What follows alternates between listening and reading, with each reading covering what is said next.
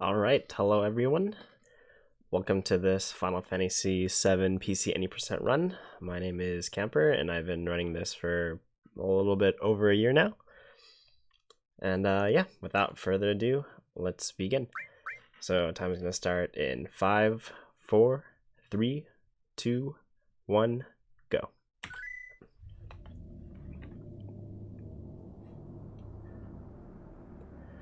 So this opening cutscene, I'm all too familiar with it. It's about 2 minutes long. I'm going to be discussing a few things here. For one, I do have a program set up which was created by Brendonius, who streams to Twitch under Dev Chatter.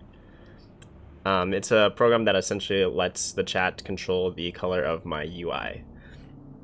And so essentially what the command will be is !menu space and then a color, and it handles most colors. So yeah, this run is fairly short compared to the non-warping run. This is because we're gonna manipulate a few things to warp ourselves into the debug room.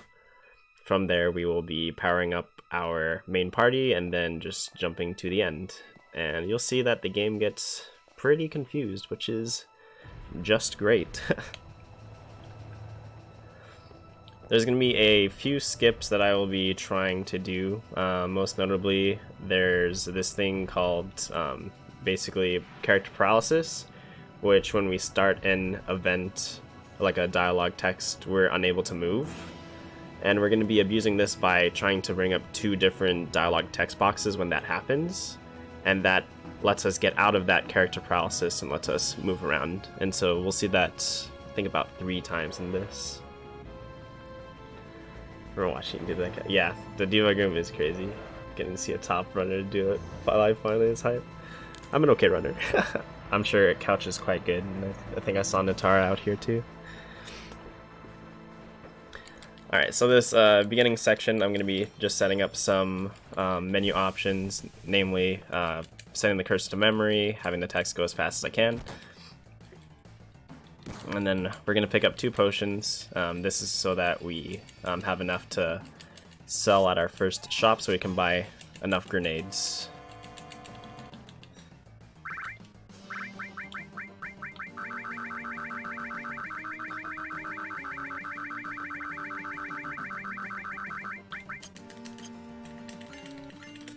Now, something to note is that this is 30 FPS, but it's not a hard lock. As you'll see, it jumps around to like 60 to 15 every now and then. And this is because with the program, it's kind of just like a soft cap, makes it average 30 FPS.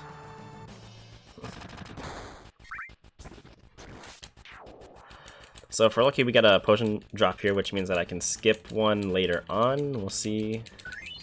We do not, and that's okay. So one thing to kind of note in this run is that we'll be doing step route, and how that works is that essentially with every step that we take where we can get an encounter, there's a value that changes in the game, and so we abuse this by either running or walking a few steps every now and then so that we can try and time our encounters. When can we change colors? You can actually do it right now. So yeah, !menu and then let's say like red, pink, something like that.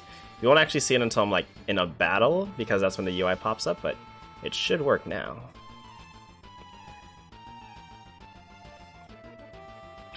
So battle coming up here, so we can check to see if it worked, and it did. So yeah, this definitely non-distracting color right here. But yeah, feel free to change the color however you like. What's neat about the program is that you can actually control each corner of the UI. So if you were to put in 4 colors, like blue, red, green, purple, that corresponds with a particular corner.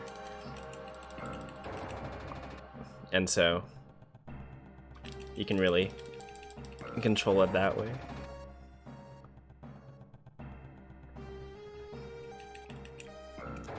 So here we're just making our way through the first reactor. Nothing too much.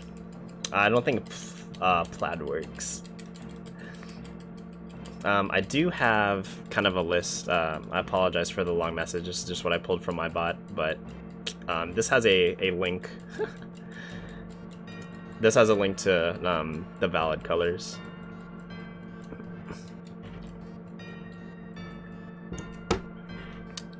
Hey, ya dudes. Alright. So we're just making our way to the first boss. Nothing too crazy as far as like step route goes. You will see that I force an encounter after the boss, and this is so that we can set up a preemptive boss fight. Which, if you didn't know was possible in this game, it definitely is.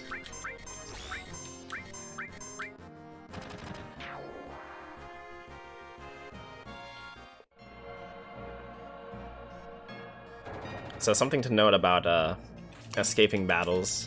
For the most part, whenever we want to escape, we want our ATB to be active, and that's because there's this like escape counter that actually lets us escape. When our ATB is on wait, not only does our ATB freeze, but also that counter.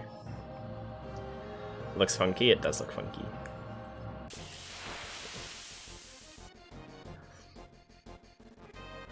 So yeah, the menu can be changed on the fly, so even if I'm mid-dialogue, mid-battle, it should change it regardless.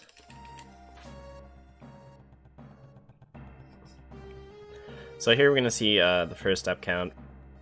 I'm going to take a few steps walking. Right here. 2, 3, 4, 5, 6, 7, 8. Okay. And the reason we do this is that essentially the step ID is being manipulated differently when we walk as opposed to running.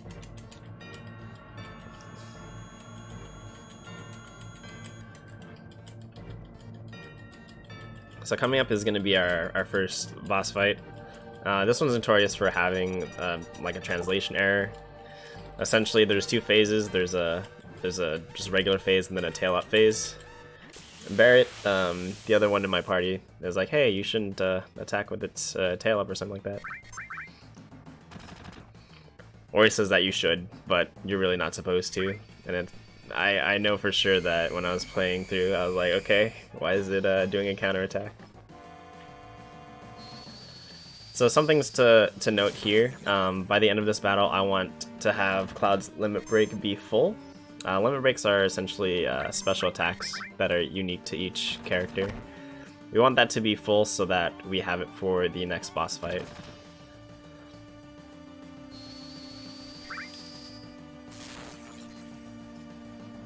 I'm also going to try and sneak in a limit break if I can, and this looks promising. So the thing with limit break is that it has attack priority.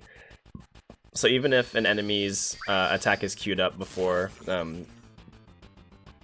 characters should be able to go, if they're prepping up a limit break, then they will be immediately brought up to the top of the queue, let's say. So like for here for example, I'm using Barrett's limit break. Normally Guard Scorpion would go this turn, but because it has priority, we're able to get this attack off, which is nice. This is actually a nice color. So yeah, like I mentioned before, I'm gonna bolt, I'll say a couple of times. Maybe get Barrett his limit break back. Yeah, it should be good.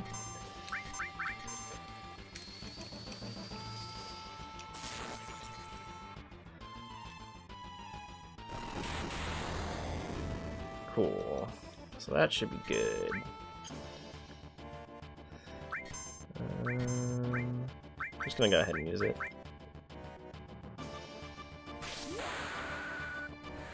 And that should do it. Alright. First boss down, easy peasy. We have Cloud's limit break. And now we need to get out of here.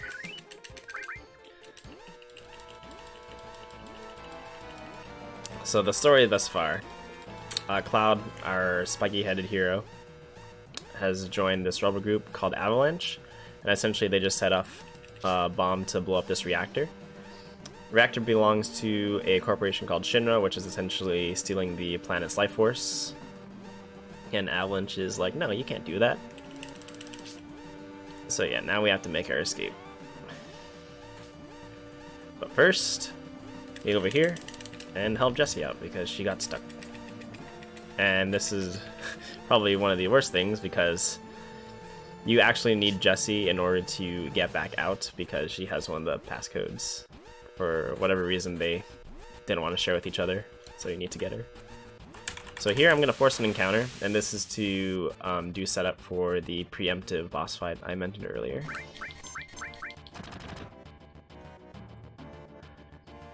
So we're just going to walk out this screen, we're going to run until we stop, and then we're going to walk diagonally. And then after this, we're essentially just going to keep running until we're out of here.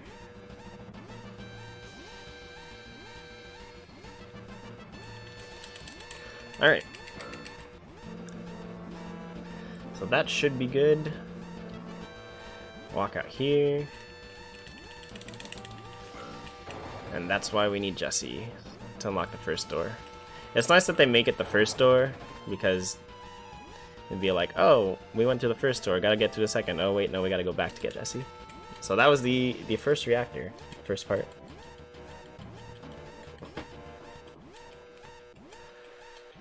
Gotta appreciate these nice CGI cutscenes. These were big, definitely back in the day. Some good stuff.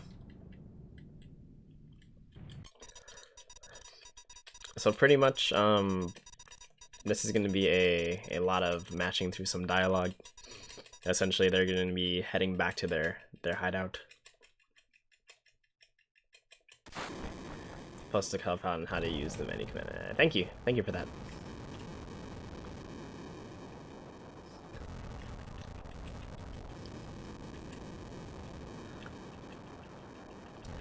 So because I didn't get the potion drop from the first fight, I need to pick up a potion after we bump into Aerith.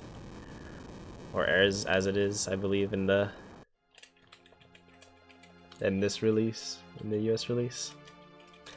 I'm probably gonna say Aerith because you're gonna be seeing that due to a glitch that was discovered, I guess it was like a year ago. You can actually skip a huge chunk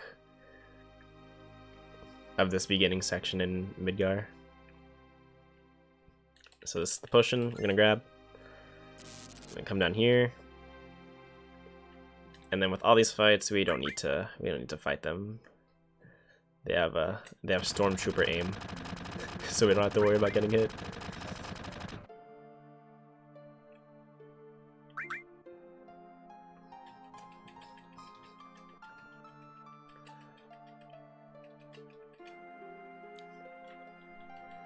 Fighting things is definitely overrated. Much agreed. Alright, so coming up here is going to be our first instance of me trying to get out of this character paralysis that I mentioned. This is known as Jessie skip, and essentially we need to trigger the dialogue with Jessie while also triggering this event where a guard from the next train cabin comes out and says, hey, don't disturb the other passengers. So we want to try and time it so that we get both dialogues at the same time. And this is to skip Jessie's explanation of how the train system works. You can try to make it Themeathon colors. But yeah, we'll see. If I don't get it, it's not too bad. It's like a difference of maybe like 15 seconds.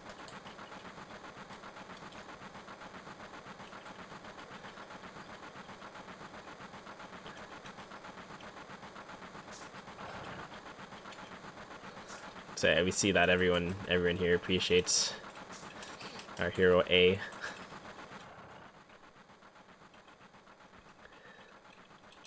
We have multiple logo colors. Choose wisely. A best hero. A also best grill. So yeah, something to note about the Steam version. Lots of the NPC faces have the like O shape, and it's great. You can see kind of also on the right that guy, like that, I don't know what it is, it's going through his shoulder. Doesn't look comfortable.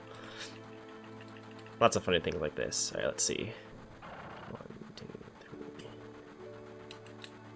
Don't know if that's good enough. No, it wasn't. I need to move up a little bit more. So no Jesse skip, but that's okay.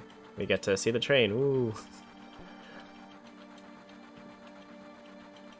So what would have happened here is I would have triggered both events, and then I would have ran back to the previous screen, and then returned to this screen, and that would have skipped this whole explanation. So we'd come back to this screen, and then this sequence would start.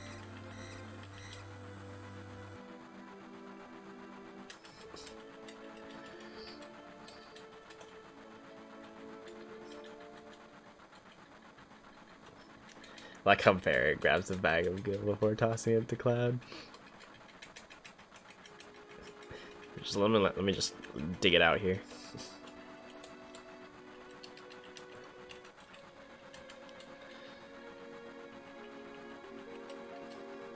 Okay. So I hope you guys like this train cutscene, because we're actually going to be seeing it at the end of the run too. It's going to be great. For those of you unaware, you'll see what I mean.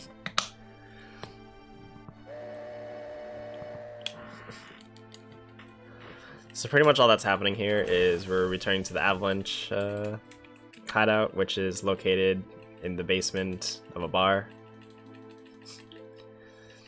Which all great hideouts are.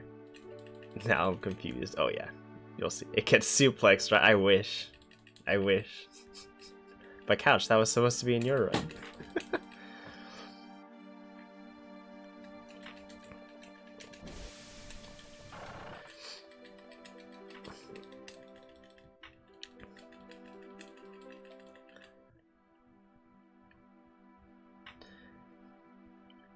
So one thing to note about the at least Steam version, don't know if it's PC in general, but loading times between screen transitions, normally there's like this fade out that you'll see when I go back to the screen.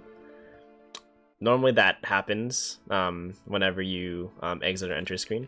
If you saw there, I was able to exit this screen and then come back to it really fast. And that's one of the things with this particular version of the game, is that you can do this to do really fast screen transitions. The reason we do that is because we skip some dialogue because the rest of the Avalanche members were in front of Barrett. Totally go out of my way to suplex it if it didn't cost like 30 minutes, right? Just need to do new category, suplex percent. And it'll be fine. It'll be a rewarding run, at least. Alright, so we're gonna take this nifty handcrafted elevator and talk to the gang here. So something funny about this, Sunamods, a good friend of mine, and he's been working on his own mod for the game. He's the one who kind of presented the guard skip, or as we lovingly call it, Suna skip, which is what allows us to skip about 20 minutes of this intro stuff. We were playing around with just messing around with the values in this game, and we found out that if you manipulate some values here when you're in the little hideout area and you take the elevator thing back up, it will actually warp you to the end of the game, like credit wise. But it's like it's an odd state. It doesn't go to like the credits, it just kind of like makes some funky noises and then quits out, but it's like considered like the flag for you beating the game is like set. And it's really weird. So yeah, through his modding expertise, he also found out that there's actually a character model of Sephiroth in 7th Heaven, which is the bar that we're in, and it's literally there for no apparent reason. Like clearly you can't interact with it, and even if you could, he doesn't say anything. It's just kind of there. Lots of funky stuff in this game for sure. So here we got Little Cloud, and honestly, like roughly the same size Tifa. I don't know why they kind of made her like a smaller model. Maybe she's supposed to be like notably older than Cloud, I don't know, but one thing to note is that she doesn't have kneecaps. They're just kind of like dangling there by like the back of the leg. I quite enjoy these models.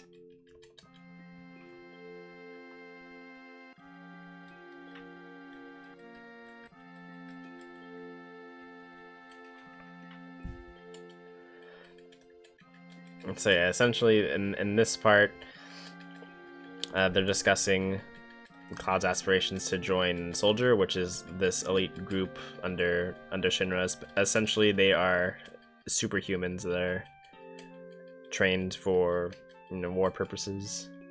I like to imagine door hinges on every joint of the model. That's very, very accurate with how these models work.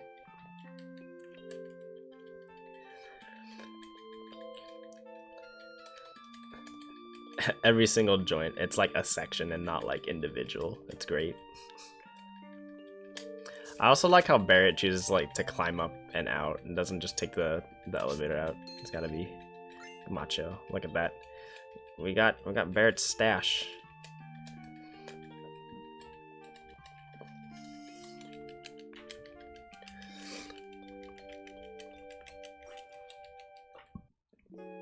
Alright, so we're gonna go up. We're gonna tell Barrett that he has to learn the materia menu on his own, hopefully. Otherwise we get to watch and understand how to equip materia.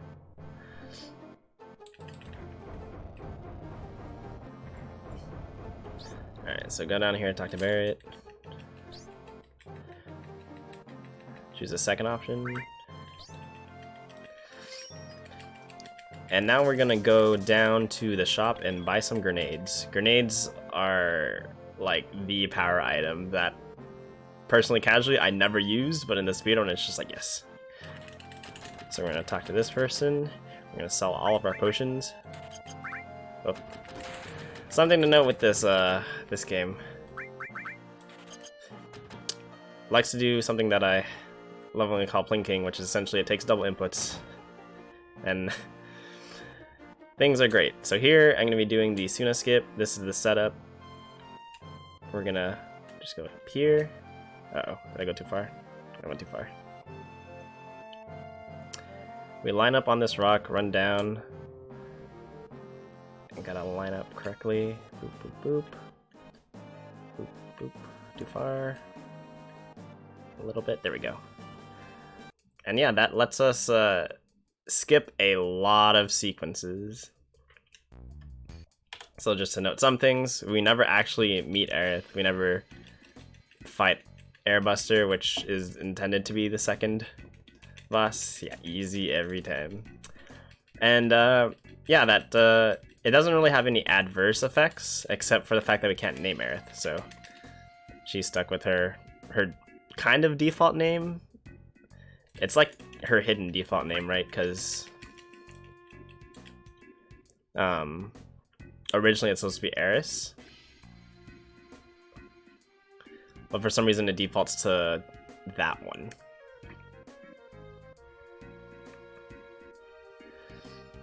Some other things to note, if we look at her stats really quick, she's level 1.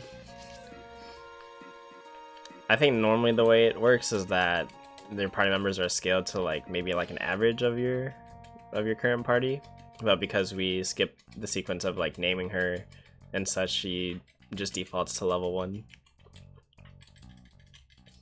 which isn't a big issue. We only really use her for 2 fights, 3, 4 if we're unlucky, but she'll catch up. So this is the wall market section. Essentially, what happens prior to when you're supposed to get to the spot after doing the Suna skip. You see that Tifa is on this carriage that's headed to Don Corneo's mansion, and Corneo is kind of like this very interesting man, we'll say. But essentially, she's going undercover to try and get some information, and we have to go in and quote-unquote save her, but kind of just like help her out. However, the bouncer in front of the mansion says like, hey, so the girl can come in, but you guy, you go away. So we gotta make Cloud pretty. and we do that in a few steps. We have to get some optional items, and that's just because the sequence that we get when Cloud wins the heart of Corneo is a lot faster than if not, because then we'd have to fight his Goonies.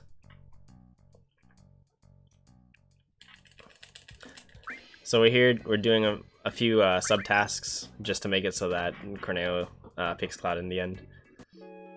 Midgar sushi? I don't know, especially in like this wall marketplace. I don't know if I'd trust it. Ugh. So yeah, this jeweler wants to know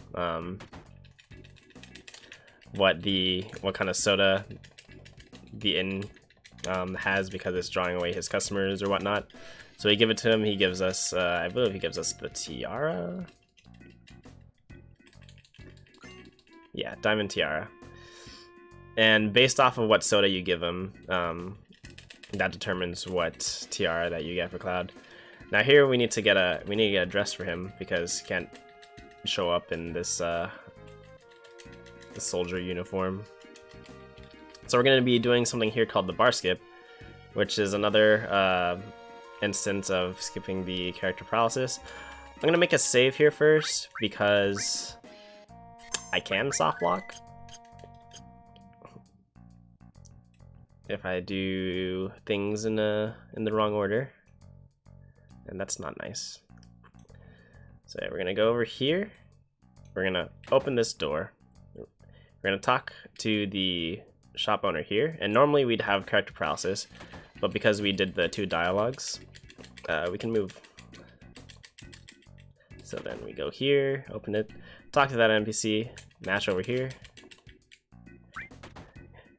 And so what we're doing here is we're giving her the medicine that we got from the pharmacist, while also completing the dialogue with the clothes shop owner. So that medicine that we gave the woman in the bathroom, it's the best like scent thing that you can get, and again based off of what ticket you gave the pharmacist guy determines what, I guess, scent you get.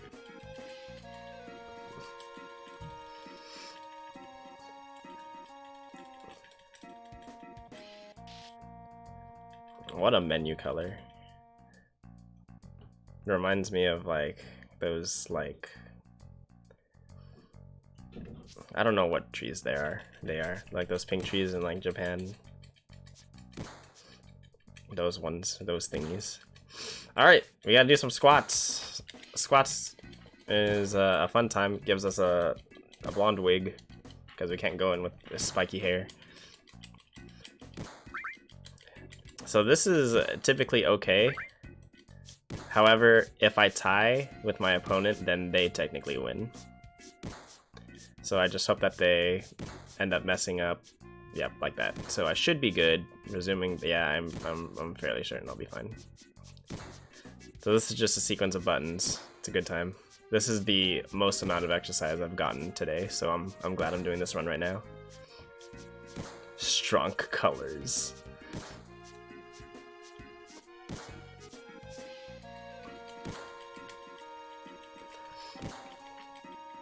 Alright, so because we won, we got that blonde wig, and we are ready to suit up and infiltrate the mansion.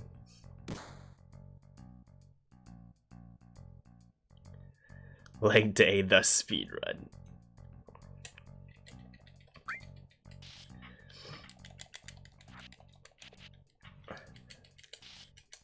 If I have one demand for the Final Fantasy remake, which is coming out next year, right? Early next year?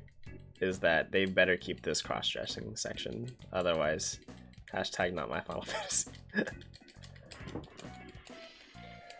Are you always fit if you speedrun a sports game? 100%. Absolutely. Like, anyone who speedruns, like, the 20,000 Madden games, they're ready. They know all the drills. It's mental fitness.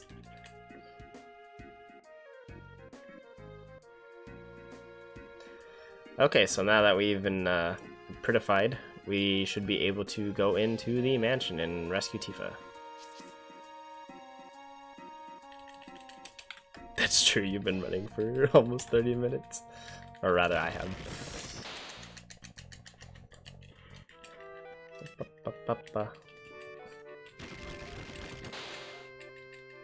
Hey, ladies. Alright, so now we take this opportunity to look for Tifa, and we find her in the basement. This place. And at this current time, she doesn't know that Cloud's all dressed up. And this is where we see kind of like the love triangle forming. Is it a triangle? It's more like a V. Because they both have an interest in Cloud, which becomes evident as we progress. However, the true ship is Cloud and Barrett, so sucks for them. But yeah, essentially, Tifa's just giving Cloud just kind of like information as to what has happened since they last saw him, which for us wasn't that long ago. But what was supposed to happen is that we were supposed to reboard the train, go to the next reactor, set up the bomb, and then our escape plan gets foiled by the president, who sends his bot, which destroys the bridge that Cloud's on, and he falls into the church in the slums, where he meets Aerith. And then Aerith escapes with Cloud because she's being chased by the Turks, which is kind of like this other group in the Shinra Corporation, which are tasked to basically kidnap her.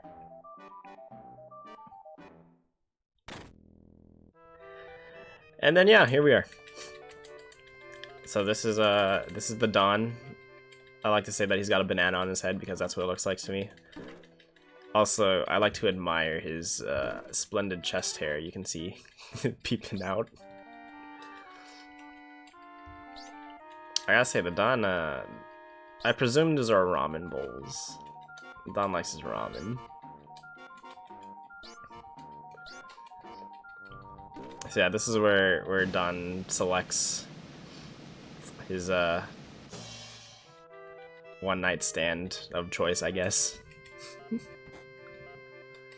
And we're chosen, which is great for us, terrible for Cloud. I don't know exactly what makes him choose Aerith over Tifa or vice versa. All I know is that based on how attractive you made Cloud look, he will either pick you or one of the other two girls. Okay, so we talk to him, do the second option for both.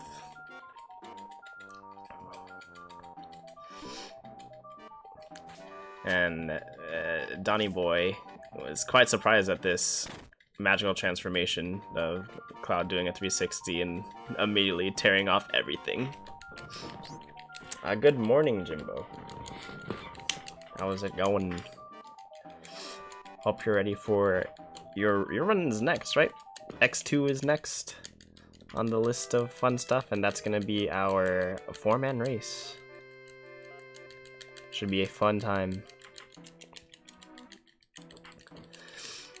So here, we're getting some information from the Dawn.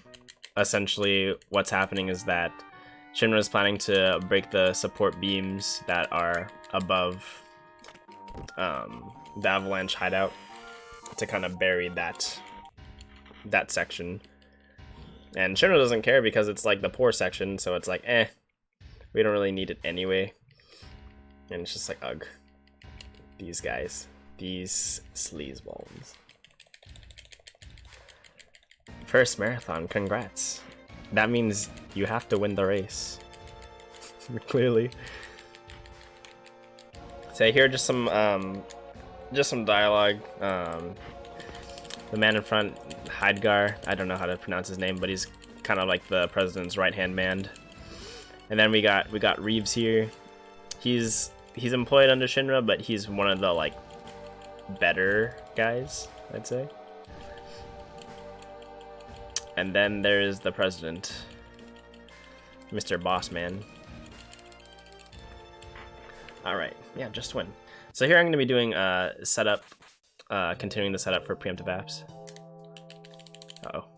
I think I may have screwed it up. Oh well. We'll see. I don't think I got close enough to Tifa. I kind of mashed too early, but we'll see. If not, it doesn't really matter. It's fine. Nah, no, I didn't get it. Oops. Oh, there goes using that Braver.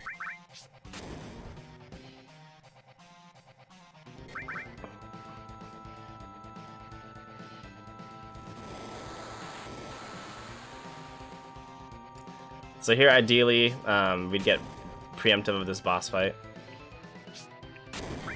And what that is that the boss would be facing the other way, and then we'd have our ATBs all filled.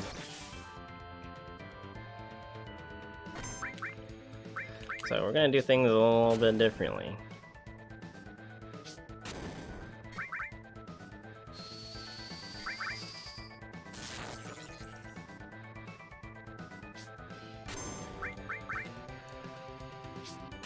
And like typical, grenades are our best friends. Just keep on spamming this. So ideally, I would be finishing this fight before he got that tsunami off. That's okay.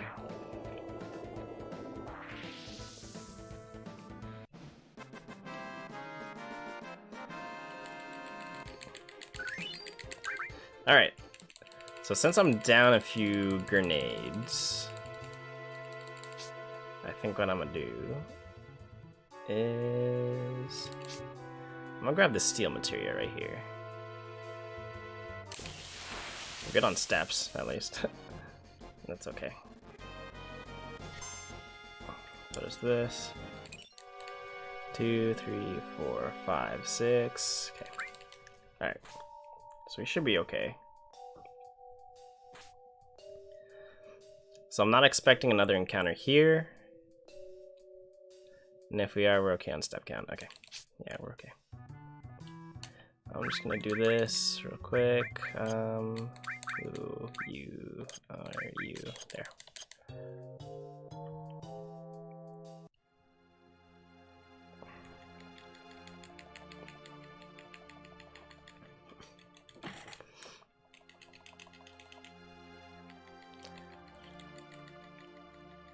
So with this, I'm aiming to steal an ether from an enemy here.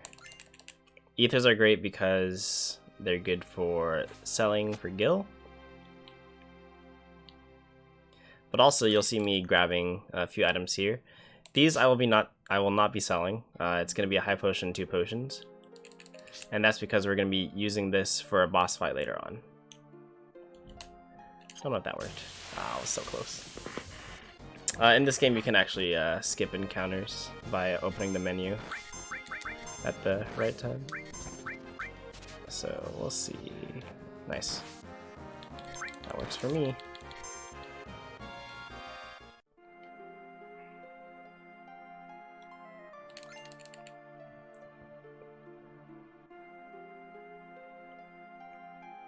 Alright, so we're coming up over here. Moving this train. This is just kind of like a little train puzzle that you have to do.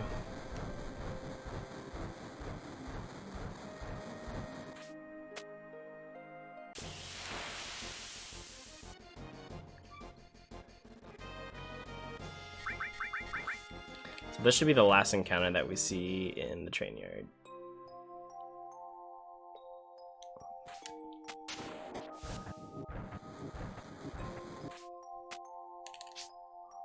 I like trains. I like turtles.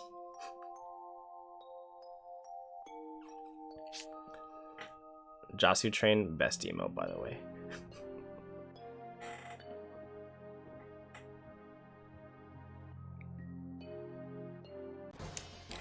Okay. So here we've made it to the pillar. This is the one that Shin was trying to bomb in order to bury Avalanche in this sector. But first we're gonna, before we scale this thing, we're gonna be going and buying a few tranquilizers, which we'll be using later on.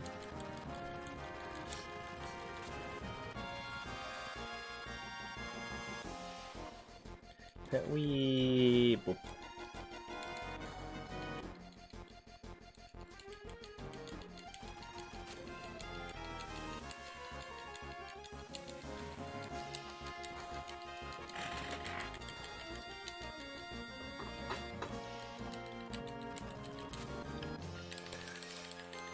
All right. Talk to this guy.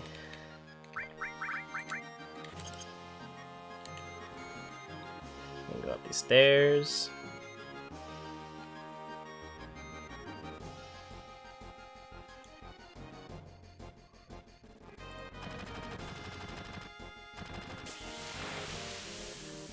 Bum bum bum. Oh dear, that emo. Okay, so that should be the only encounter that we get. I'm trying to hug the railing as much as I can because any screen that has enemies affects your step count. Look at all those stairs. Here we're gonna meet one of the members of the Turks, which I mentioned earlier. This is Reno. He's kind of like the go-get-em guy of the group. I think there's 4 total members, but we only ever fight 3 of them, usually. And this one we only fight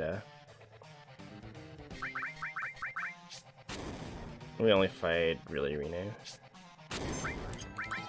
Dang. We got all of them off? Fog. I was not expecting to get all the grenades off. That's why I kind of panicked with Tifa's limit break. But that works for me. This is quite a good start. So yeah, the starting ATB is a bit random. Who starts and whatnot. So Reno should be dying here soon, actually. Yeah.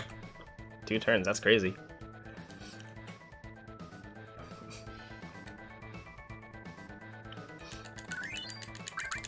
Very, very good start.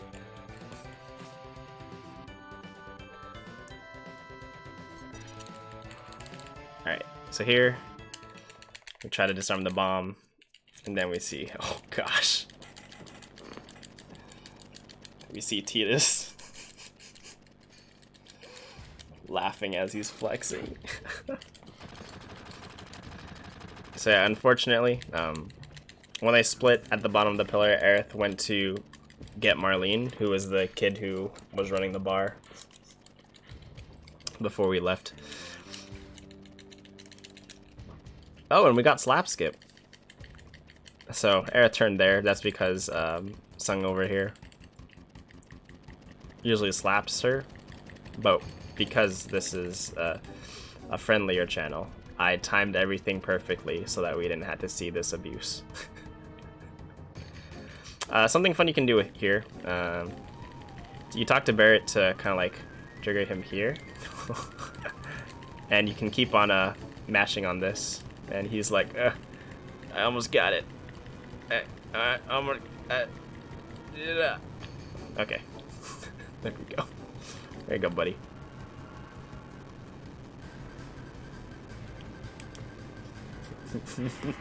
Yeah, I did read that it was 18 plus, but I like to believe.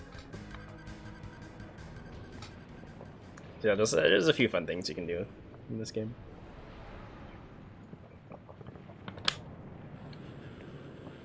So you see the pillar blows up.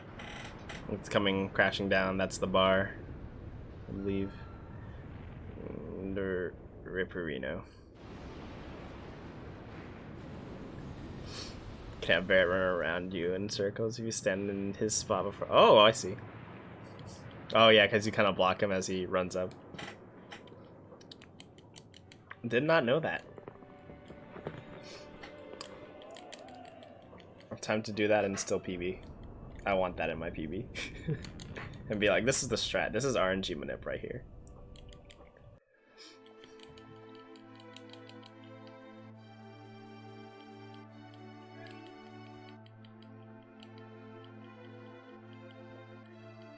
Alright, so this is the aftermath. This is the playground where we did the Suna skip into. Everything is all destroyed and sad. Barrett's gonna have a moment here because he thinks that everyone from their group is dead and such. In particular, Marlene, which is his adopted daughter. Spoilers.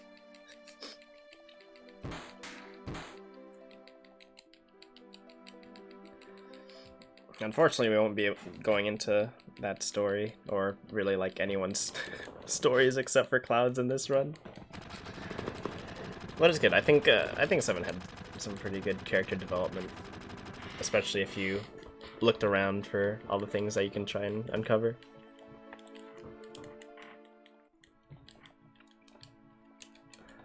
All right, as far as step count goes, we're doing pretty good. Oh yeah, it's not a spoiler warning unless it comes after the actual spoiler. That's it's 2K19, almost 2020. 2K20. 20 squared.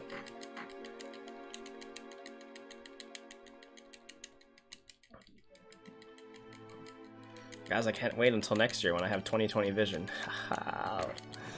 I can't wait for all the New Year's jokes. 2K02? No.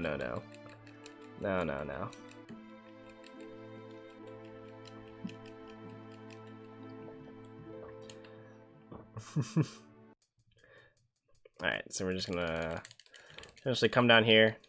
Cloud has this idea that perhaps Aerith got Marlene safe and took her back to Aerith's house, which we've already been to, and as far as the game is concerned, but this is gonna be our first time going there.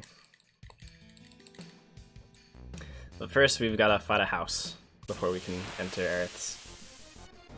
And by fight, I mean run away. We'll see this house again later.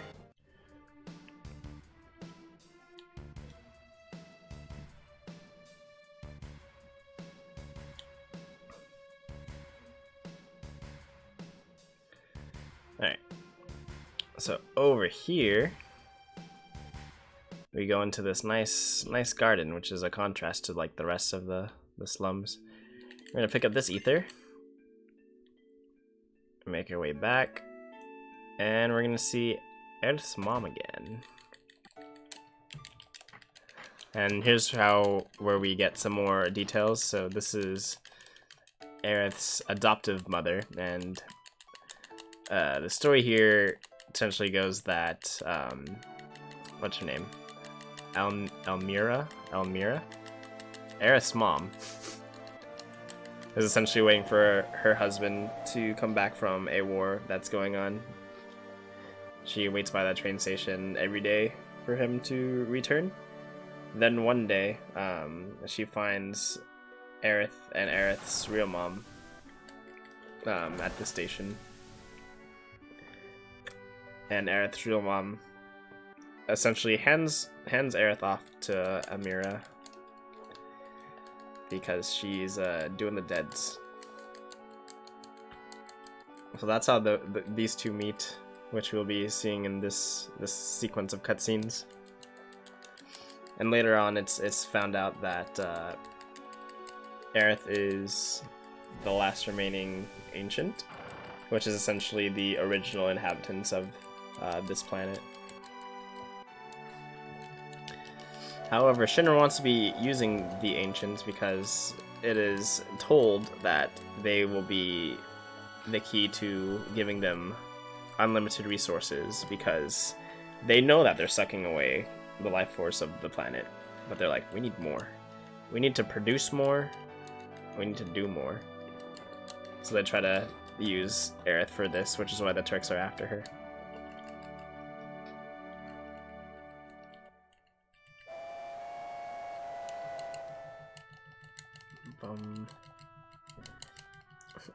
I did see my color bars change, so that menu definitely worked. At this rate, Shinra will need canned air. They're that's the reason that they're sending Sid to space, is so that they can get more air. Yep. Seems legit.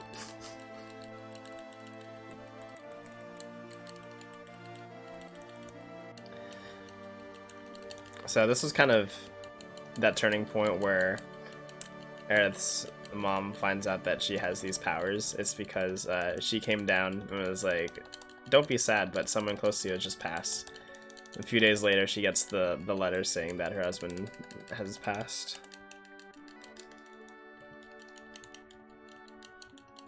So Amira knows that Aerith is unique, so to speak, but she still wants to protect her from the Turks. And here it's discovered that Aerith was able to successfully bring Marlene to their household, but at the cost of being captured by Shinra.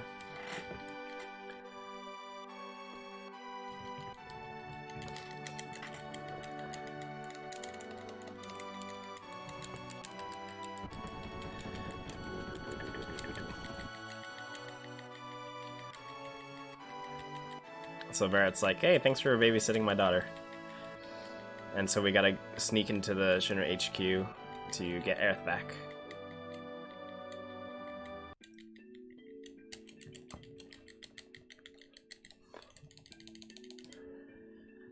Alright, so we're going to go here and sell a few more things so we can buy more grenades. Let's see, how many can I buy? I can buy, that should be fine, yeah. I knew I could buy extra grenades because I got the extra ether. I just wasn't sure exactly how much, but this should be fine. I need at least 300 gil because I need to get some batteries in order to get to the HQ. Alright, here's the house that I mentioned that we'd be seeing again. Good escape. That house has one move that has a pretty long animation. I think it's called Hellbomber. Yeah, it's just like a... Alright, so here, go into this config, do wait ATB, oh, and then set everyone to the back row. I try to do my menus before a screen transition, namely because of the whole fade out, fade in animation that happens that I kind of touched upon. This way, you know, I'm opening the menu, I get that kind of like fade out animation over with, and then as soon as I leave the menu, I can just go to the next screen without it playing that animation again. So just small optimizations like that.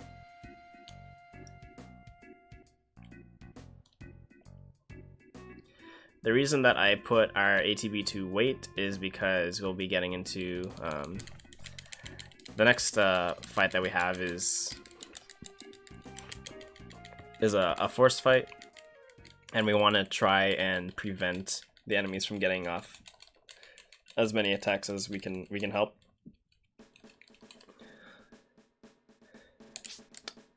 We'll be fighting these enemies called Mighty Grunts, and essentially they have kind of like two phases. So when you see them, they'll be armored up, and we have to break through the armor before we can actually defeat them. And the thing is, once we break their armor, their ATB resets, so we can try and kill them off before they get their attack in, if we're lucky. But first, we're gonna go through this maze of conveniently placed wreckage and bridges and whatnot in order to sneak into the Shinra HQ.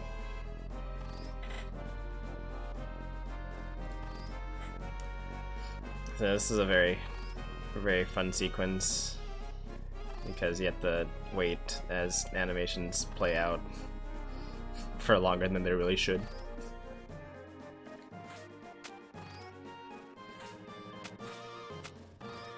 Alright.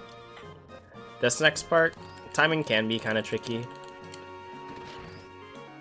if you're not familiar with it. Essentially, you have to jump onto this bar before it gets too close, but not like too far away.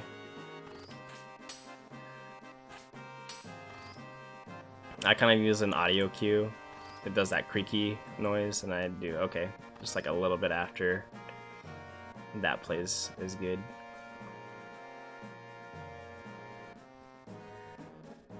So yeah, we're here just doing some more climbing.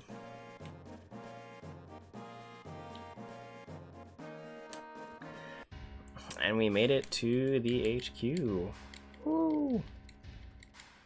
Bum, bum, bum.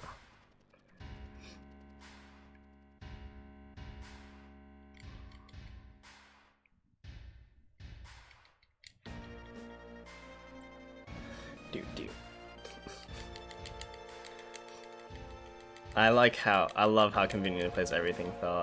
Yeah. Oh yeah. It's like, oh look, we can use this. It's like a part of a plane, and then there's just some like railing that we can use as a ladder. No one's ever gonna check to see if anyone can sneak in through this way. No. So here we have two options. We can either go in through the front or sneak in through the stairwell. We choose the stairwell for a few reasons. One, there's no encounters here, random encounters rather, so we don't have to worry about step count being messed up. And two, along the way there's going to be an elixir which we'll need to grab. And that's going to be used for the boss I mentioned with the high potion and potions.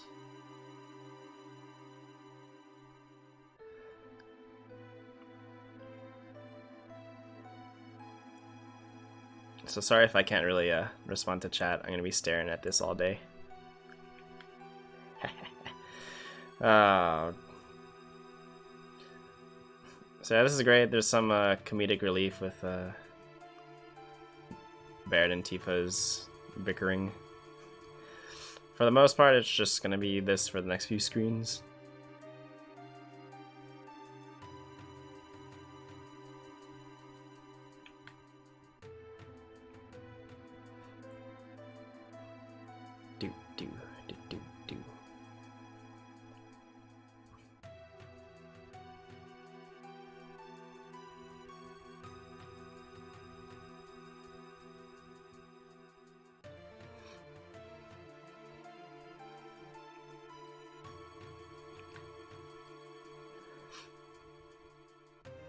But yeah, feel free to change the menu as much as you want. That'll be exciting to see. Oh, how's it gonna look in the next dialog box, which is gonna show up in a couple of seconds. Whoa. Unfortunately, I don't have the newest version of this application. There was a setting where it was like ! menu rainbow or something, and it would actually do like this wavy rainbow effect. It was like beautiful. But yeah, Brendonia does good work.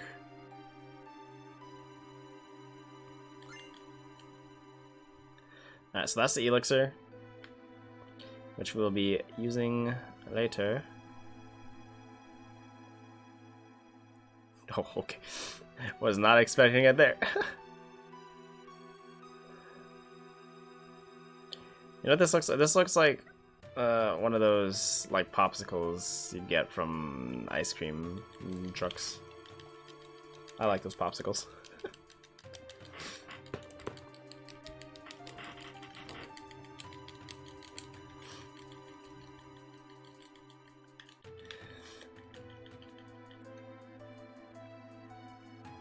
So here, something to note, Tifa's concerned about the guys looking up her shorts, her skirt. Immediately goes in front of them in the next screen, like, okay.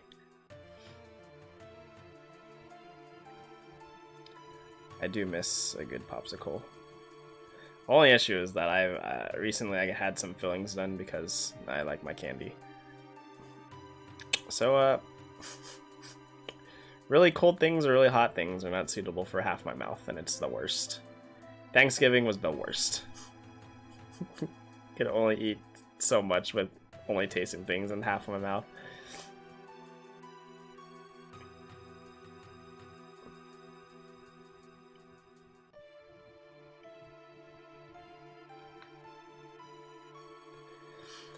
Alright, so this is the last screen, and I know this because they stopped talking, because they're fed up with all these stairs. Here it doesn't really matter how fast I go, because I'm going to have to wait for them at the top anyway.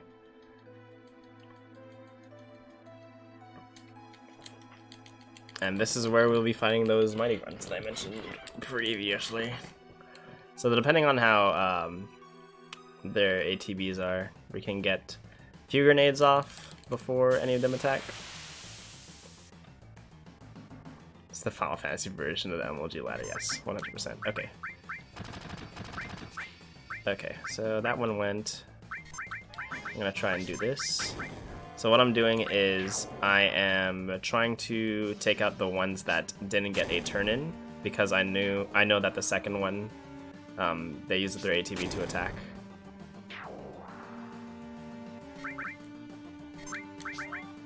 And I'm gonna try and kill them off in that same order so that they don't get another attack in.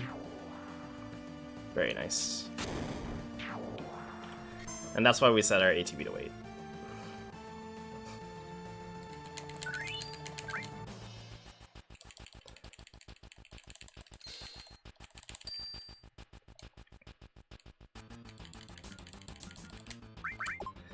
Alright. So here I'm going to do something that's a bit tricky.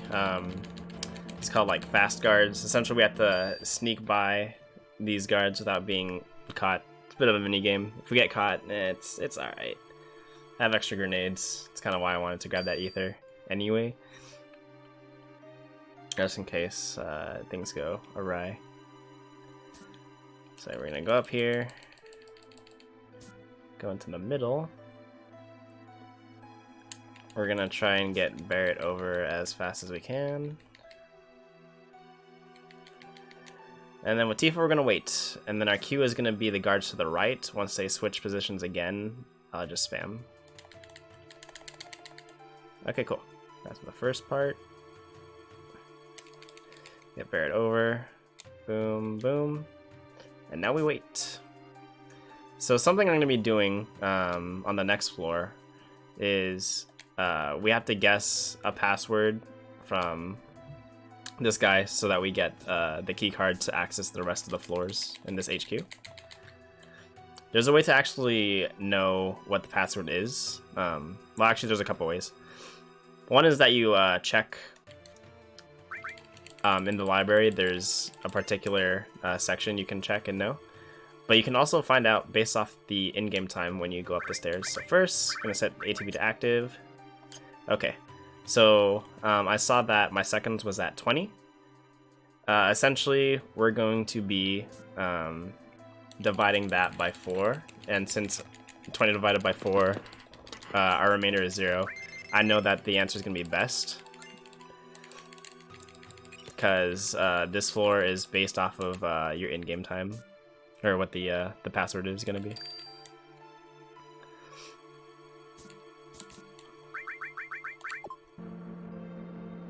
Yeah, the fast guard strat definitely shaves off a few seconds, but if you get caught, it's a big oof.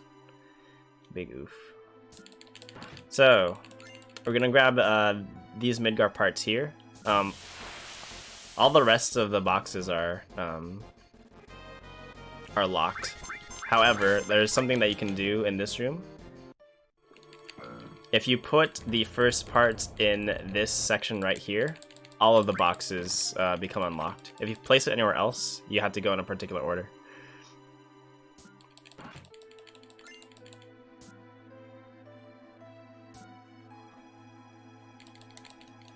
My plan to hide the messages did not work, nope. Can still kind of see the text. It was a good effort.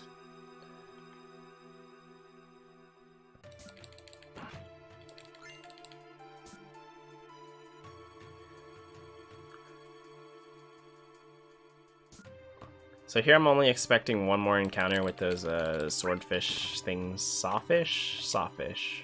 They're like saws. I don't really know the name. But they can be annoying. So I should get one more encounter here. I think I'll get it after I pick up the last piece. Nope, just before.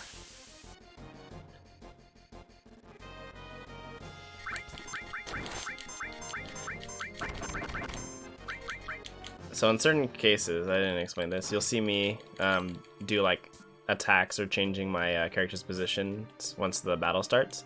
That's pretty much just to give me some wiggle room to try and escape during that animation plays out and try to reduce the amount of damage I get from the enemies.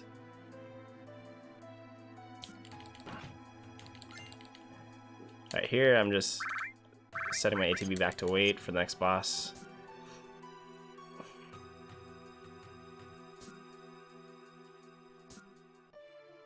Alright, something very important we had to do. We need to flush the toilet. That's for good luck.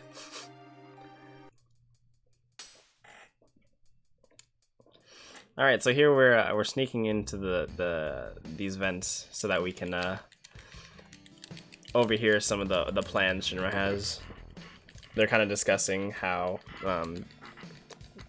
Reeves here is like, you know, all these damages and stuff. You know, we want to try and we should rebuild things and whatnot, and then all the other Shinra members are just like, we don't really need to do that. We just want to steal from our citizens and make our force stronger.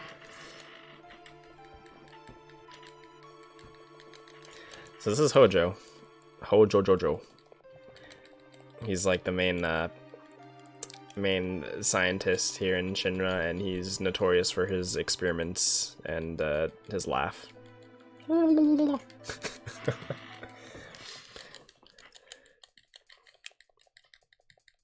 So essentially, Hojo has a interesting train of thought.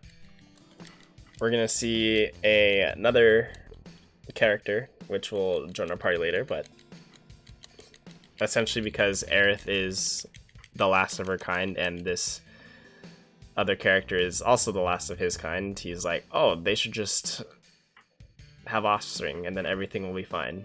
No. We won't stop that.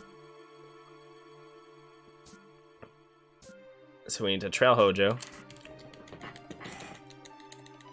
up to the next floor, as we do not have the card key to actually access the 66th floor. We only got up to 65. Hojo is kind enough to let us go through as he opens the door and leaves it open. So fun fact, you can actually exit through this door without having the key card, as long as it's in the same session as this next part. If you save in between defeating the next boss and this one, and go into that door will be locked, and you'll actually have to get the key card from an NPC. Yo, what's up, Olo? So yeah, there's our boy. Red 13, better known as Nanaki. And personally, even though we're not going to Cosmo Canyon, which is where he's from, I really like the Cosmo Canyon theme. There's just so many, there's a lot of good tracks in this game. Luckily, because we're hiding behind these boxes, and we can't see Cloud, the Hojo and that employee did not see Cloud with his spiky hair sticking up. So here we're gonna get a glimpse of Genova. So, Genova is this alien life form that crash landed on Earth that produces these, she has these cells that essentially Shinra used to make the soldiers, which were the superhuman troops. And Sephiroth, the main villain, thinks that Genova is his mother, and that Genova is one of the ancients. But we'll get to that later.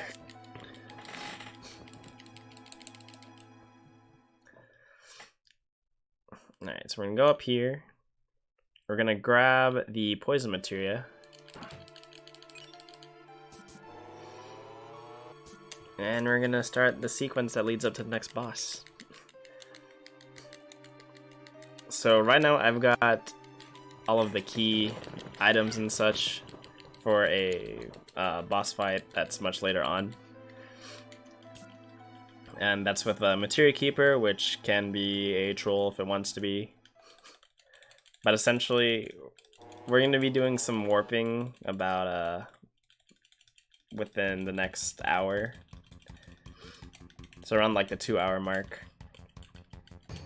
And we're going to get to a place where we're not supposed to be and things are really strong and yikes. But we're going to be utilizing a particular trick / Easter egg in order to defeat Materia Keeper. I'll explain that when we get to there. So yeah, Hojo was expecting the his 2 experiments to make offspring. We stopped that, and we got our boy Nanaki, who definitely could have like taken out Hojo right now, but he's too kind-hearted and just kind of lets him go. So here we've got the next boss fight with something I endearingly call Tomato Head, as you'll see. Pretty much all the boss fights in the Midgar section is just grenades, except for the very last one. There's a few different stuff. So yeah, we're gonna set up this.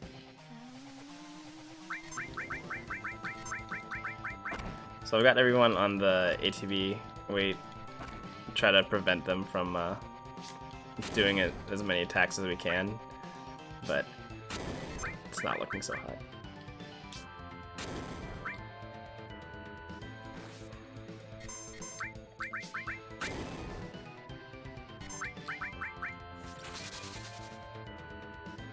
They had really good ATV. That's okay. Oh, hello. So here's the thing with this this poison move is that if everyone is poisoned, we won't see it again. But fortunately, Cloud did not get poisoned. That grenade should do it.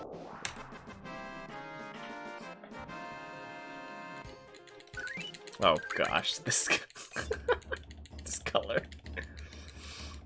Okay, that's a little bit better. Yeah, there's a lot of fun colors you can do with this. All right. So here we're going to set our ATB to active. We're also going to put red in the back row.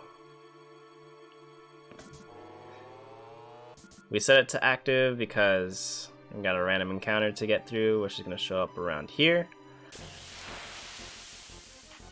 Oh, we're behind. We should be ahead. Nice.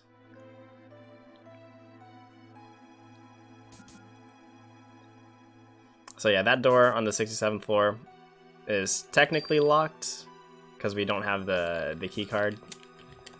But since we're doing it in the same session, it's still open from when Hojo opened it.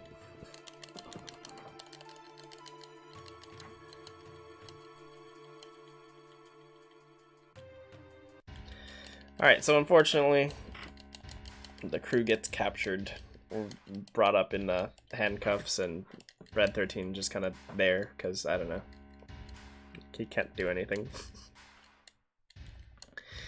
And we have an audience with Mr. President here.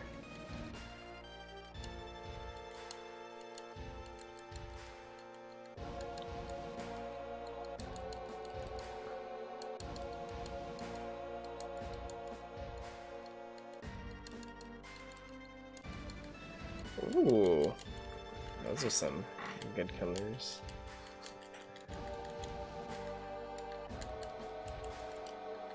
So essentially he's explaining his plan to use Aerith to find the Promised Land, which is supposed to have unlimited resources.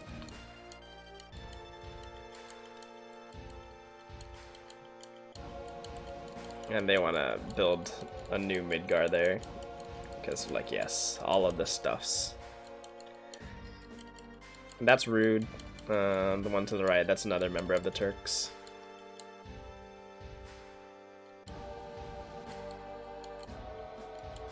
Rude's AI is actually quite funny.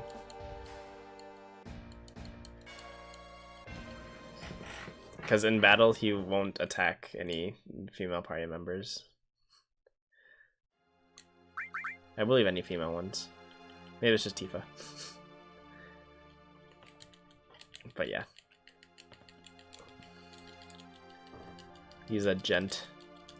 So as long as you've got a female in your party, theoretically you should not be able to lose the fight against Rude. I think it's either one or four. One color or 4 colors. It makes him not so rude, yep. There you go.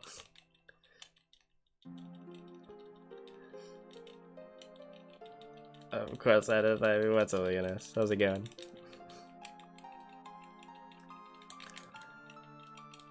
Oh dear, it's begun. Hollow, if you're gonna do that, you could just do ! menu white.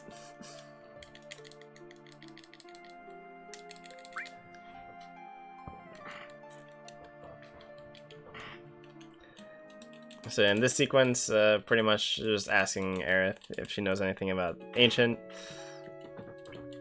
And then there's a little jealousy match with Tifa and Aerith, as per usual.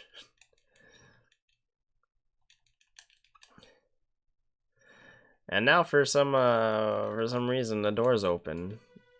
And once we exit, you'll see that there was a food fight that we missed, which is unfortunate.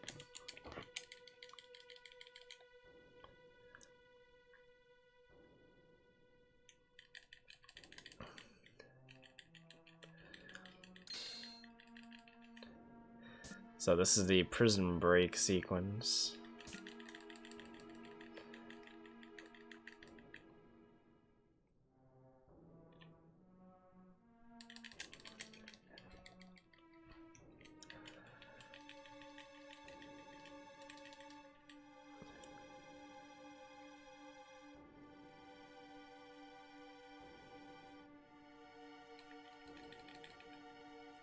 So pretty much just gonna go up to the president's floor just to check it out.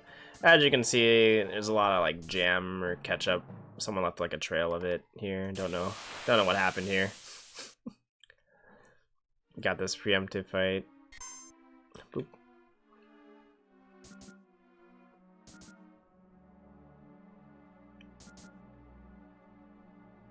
And all of the doors are unlocked.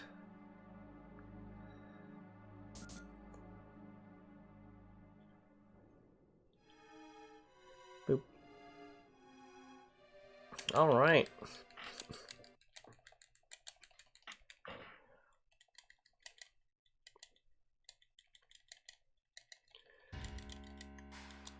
And there we have the president of Shinra he's become a kebab.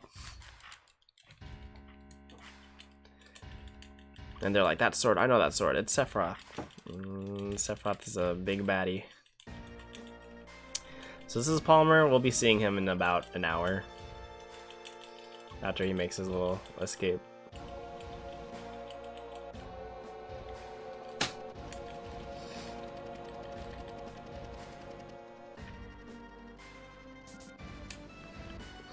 And here we meet Rufus, which is the new president because he was the president's son. He cares not that his father is dead, he just cares that he runs the corporation now. And it's all good for him.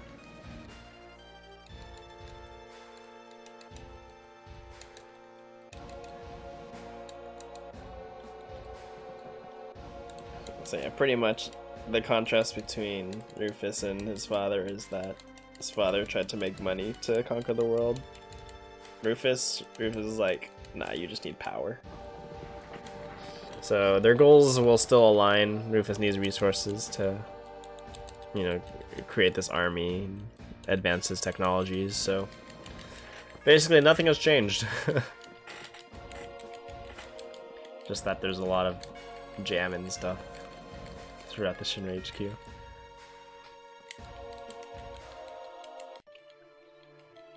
I'm an artist.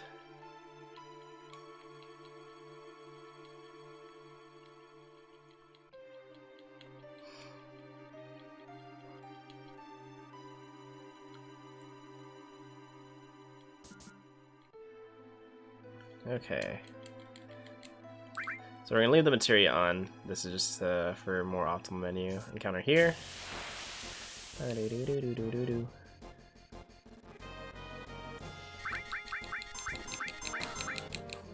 Good escape.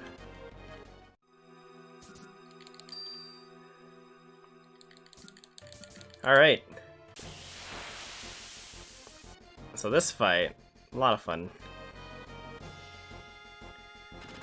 It's because this is one of the first fights that you get in the game where range actually matters. Because under normal circumstances, with regular attacks, Barrett's the only one who can actually attack the boss. You'd have to use magics or limit breaks in order to do damage, but because we have so many grenades, you just play hot potato and it's great. Not sure it'd work anyway. It might. Very well might. But yeah, it would be a topaz. Okay. Yeah, thank you. There's the. Oh no, yeah, I guess it didn't work. Boom, boom.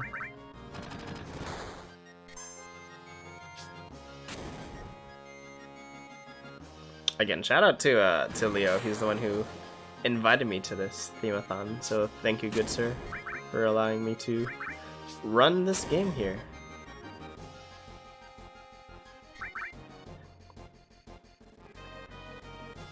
So this fight is pretty much just grenades galore. Oh boy. Good. So now this next boss here.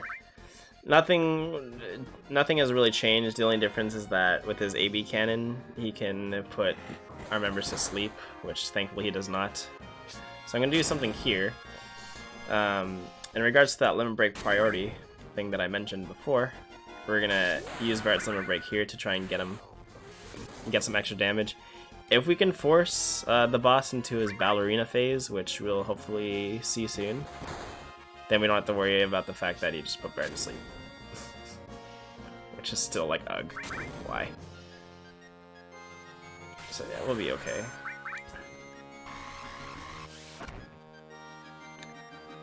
No process on it all. Thank you. I feel bad now. I talked you up in Discord and I was like, I don't know how to pronounce your name. This guy. Jugachi? J-Man. Oh my gosh, these colors. Oh, wow. Lawn green.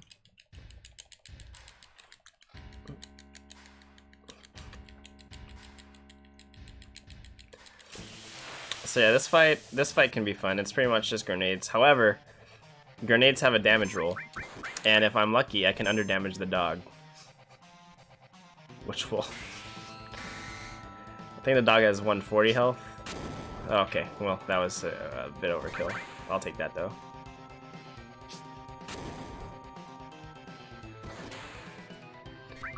Very nice, very nice.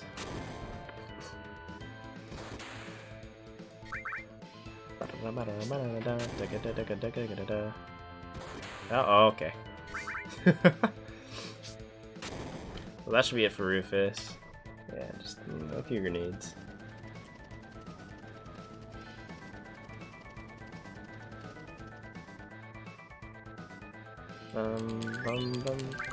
Alright.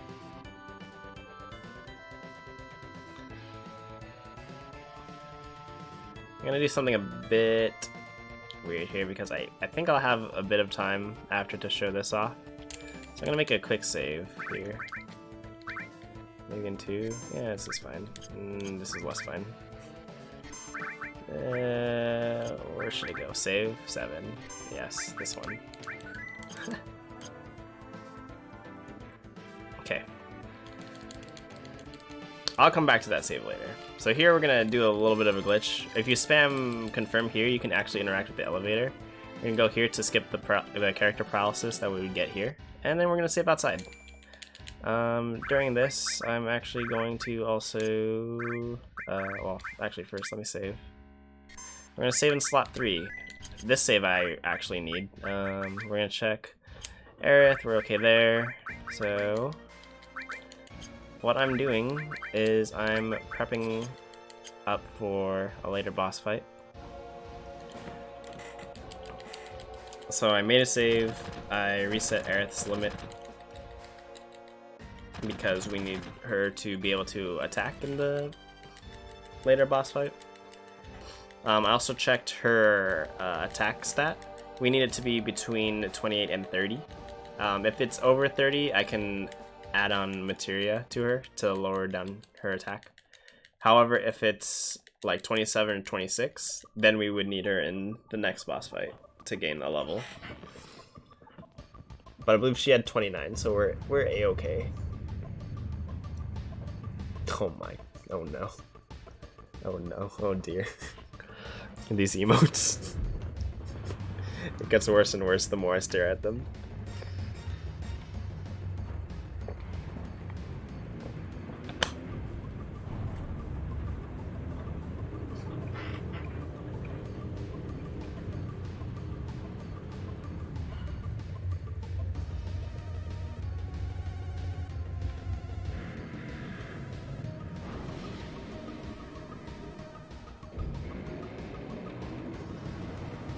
Alright, so this is the bike chase scene. What we're going to try and do is, there can only be 3 enemy bikes at a time. We want to see all red bikes. Red bikes are great because we can manipulate the position since they won't go past Cloud if he's attacking, and we don't get any, so this is a good start. We want to try and prevent as much damage to Cloud and the crew as we can, so we want to try and get 3 red bikes. Game's not being nice. That's okay. We got 1. We got 2.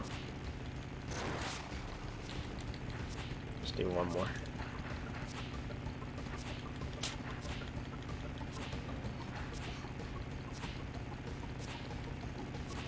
Very nice. Cool. Yo, Steve, thanks for the good luck. The Cambo Steve?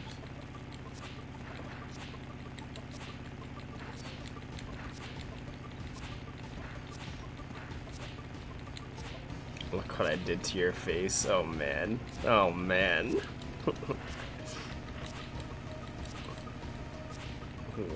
Oh dear. That.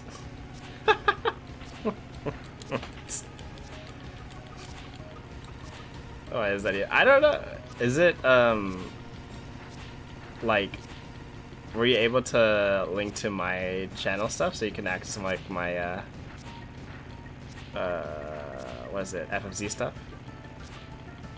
Oh. Very cool, very cool. I didn't know you could do that.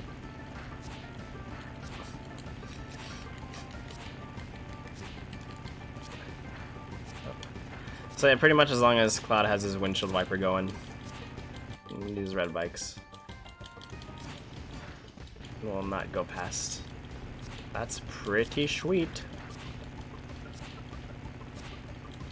Okay.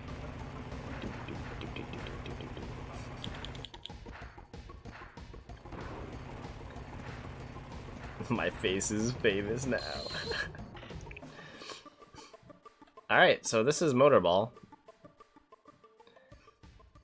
Motorball is pretty standard fight. We just have to do things in a particular order so that we don't make him do his angry move and potentially wipe us all, but that's okay. So his first 2 rounds, he does his arm attack. Oh, that's a crit. Okay. Well.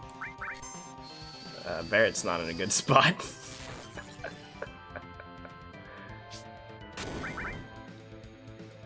I'll hold this real quick. Now I'm glad I covered my breath, but okay, so everything's going okay. So with the first 2 rounds, he does that arm attack always. However, the amount of times he does it varies. He can do it a max of 2 times, and since he did it once for both rounds, this is a a fast-ish motorball fight. Yeah, big ouch on Barrett. If he dies, it's not the biggest concern. Like, I don't really need him now. And as a desperation thing, I can use Limit Break, so that's okay. Alright, so what I'm gonna do here, I'm gonna queue up Cloud's Bolt, and I'm gonna hold, because he's gonna ram us here. If I were to do more damage to Motorball, he would use his desperation attack.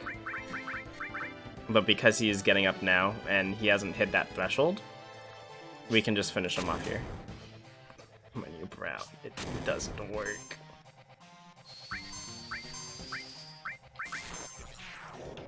I queued up the Limit Break just in case. Looks like tomato. That ain't now brown. Peru worked? Menu Steve. It's just an overlay with your face. That's the one. That's the way. Alright, so we made our escape from Midgar. We're gonna do what is called Barrett Skip here. So under normal circumstances, you would trigger some dialogue and then you would pick your party members. We're going to do this skip so that we can exit to the world map without worrying. So gotta bonk Tifa a few times and then talk to Barrett. Doo-doo-doo. There we go. Bam. So essentially, if you go too far out, that'll trigger the dialogue that will be like, okay, time to pick your party members. But because we also talked to Barrett, we skipped that. So it's very pertinent that I make a save here. So far I've saved in slot 7, which I'm just gonna be, that's not needed in this run, but I did want to try and showcase something if I have extra time. But I have a slot saved in, or I have a save in slot 3 and 2, and that's because we're going to be returning to those saves during our warping shenanigans. But for now, we get to enjoy the solid like 16 minutes of this calm flashback. 20 minutes really. And this is pretty much Cloud recalls his kind of like memories with like Sephiroth and such. Tifa is silently judging him because things aren't as they appear. But yeah, I like to call the Midgar section the section that I can actually control most things. Everything here on out is pretty much RNG, and it's great.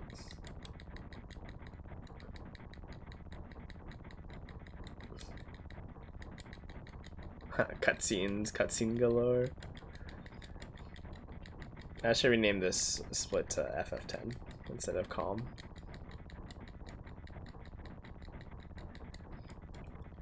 Aki. The color palettes are here. Right, Aki. So pretty much, this is Cloud when he was with Shinra, because he wanted to be in Soldier. They're going to investigate a reactor in Cloud's hometown. This is the dragon fight. We're going to see this a couple of times. Cloud literally does no damage. And Sephiroth can troll us if Cloud dies, if the dragon doesn't play nice. Because Sephiroth is equipped with Life 2. Life 2 revives Cloud, which is okay, but it's a long animation, and you can get stuck in a loop where the dragon keeps killing Cloud and Sephiroth keeps using this spell, and it's great. I think the most times I've had it is like maybe 5 or 6 in one fight, and I'm like, please. Why?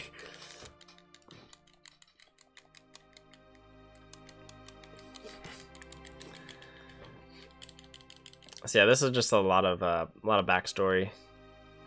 Now on PSX, you can actually do the photo skip here, which we will be doing later. But if we did it now, the game would soft log.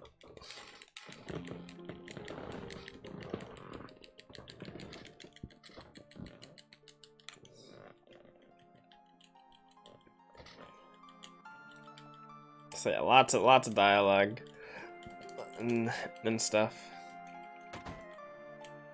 They're gonna check out the reactor tomorrow, and they're gonna get a tour guide that is familiar to Cloud. Yeah, good times.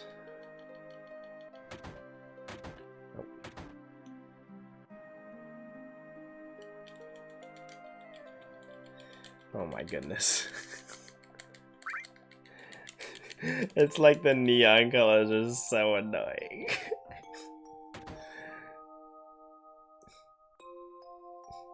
It's just like bam.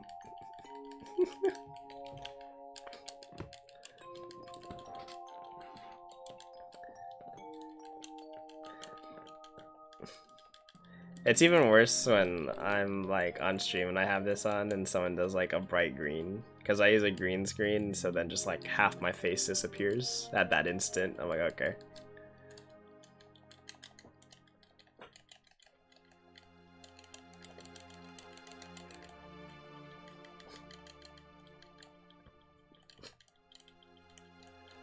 Get Thanos.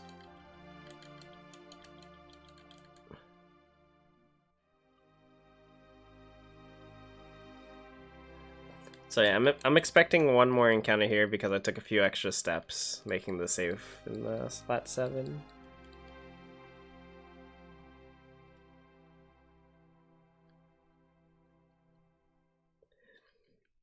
Menu only mode activated. What is this?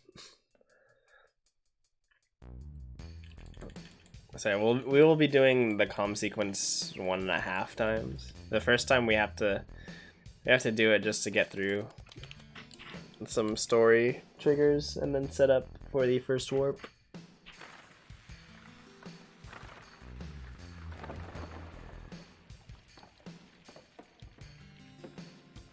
Literally the only reason that we need to do this is because we need to unlock access to the Junon area so that we can get Yuffie.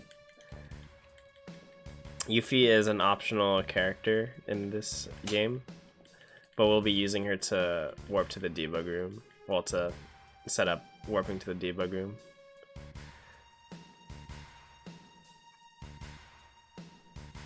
And we'll actually be using some in-game time manipulation to do that.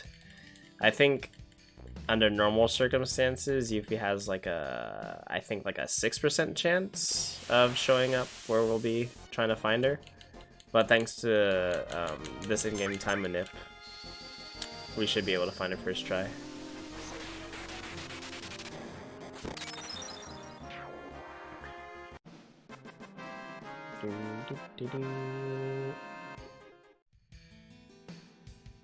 So yeah, that should be the only encounter that we get. Bring back. Not my fault, not my area. PlayStation Gray. What are these? Oh dear. Yep, that's what we all need.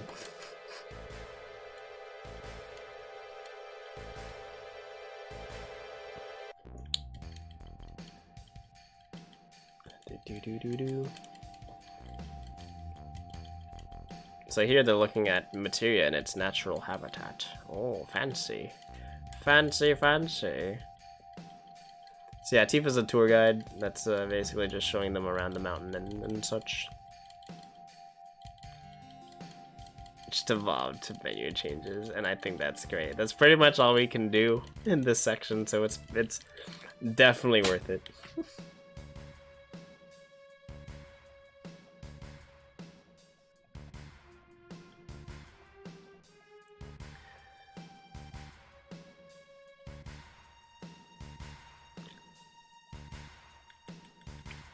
Alright.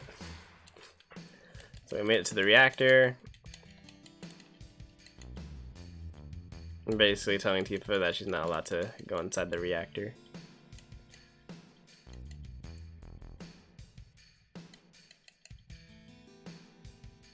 Time for bed. Have a good one, Hollow. Thanks for stopping by. So what I'm going to do here is I'm going to go back to this screen for a brief moment. And that's because Sephiroth is actually walking during this sequence, but if you do this, he's already off to the next room. It's a bit of a time save.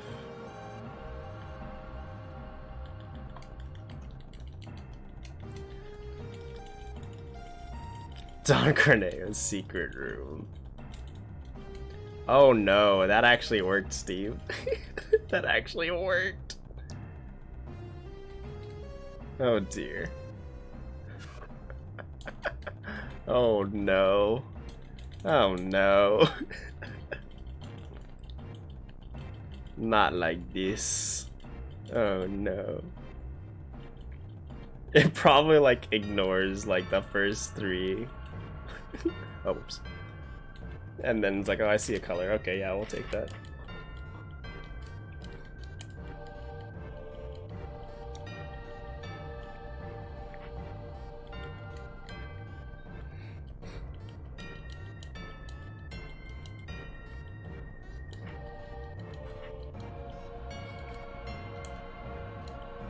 My gosh.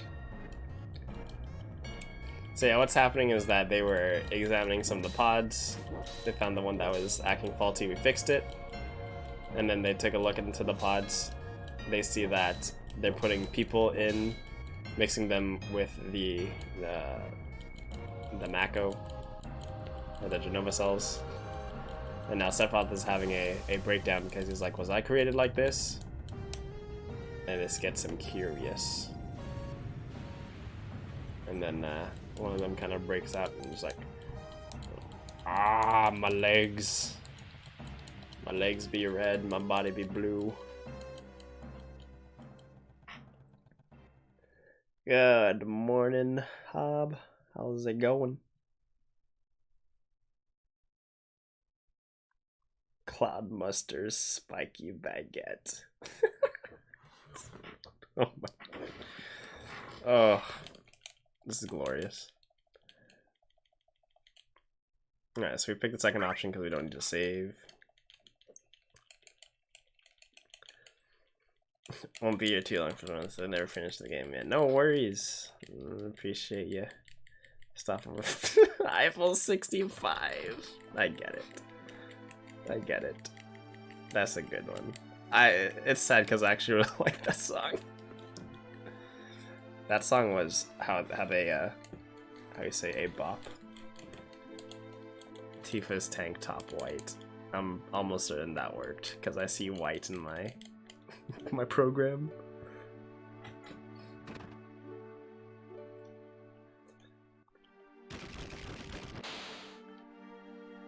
Alright, so we're going through the Shinra Mansion right here.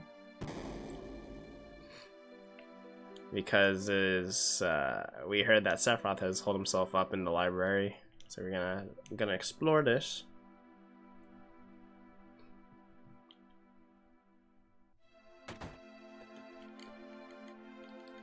Thanks for stopping by, Steve. Have a good night.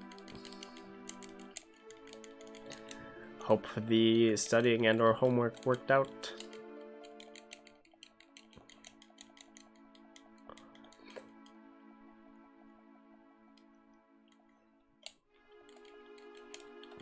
My face is famous.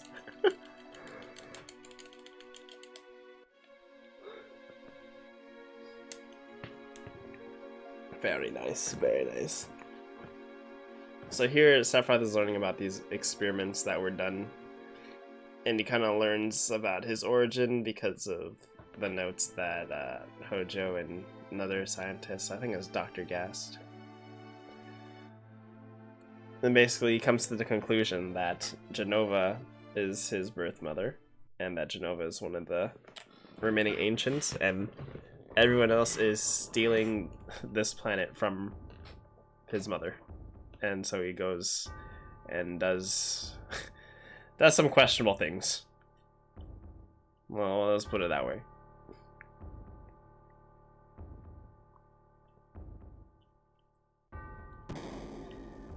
Go through the door.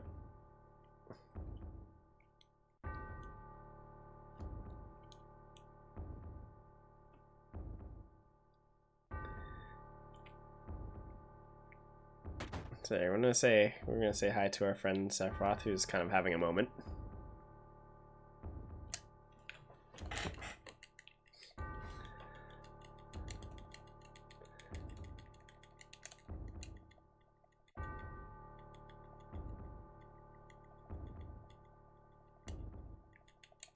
So yeah, this is that conclusion that Sephiroth has come to. Oh, it's begun. Ferrari red.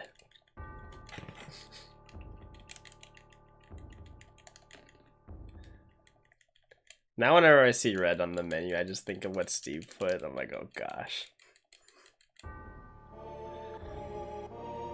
So we're pretty much just advancing plot. We're almost done.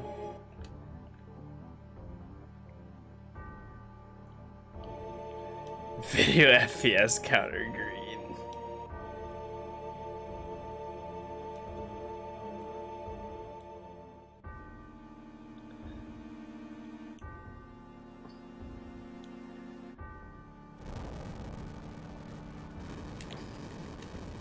Oh, I don't even know if there's any other dialogue boxes that come up. At least in this part. You gotta wait for the cutscene. Oh yeah, and everything's on fire, by the way. This is like a low-key throwback to Final Fantasy IV with Rydia's hometown. Everything's fine.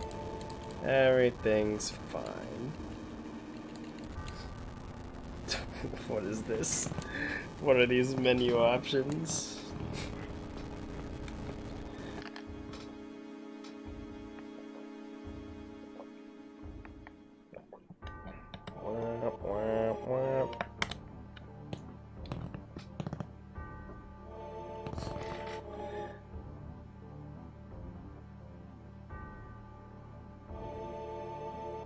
This is fine.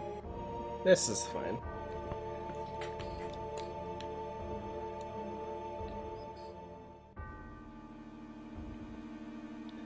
Yeah, a majority of my emotes are Final Fantasy based, and I tried to make references where I could.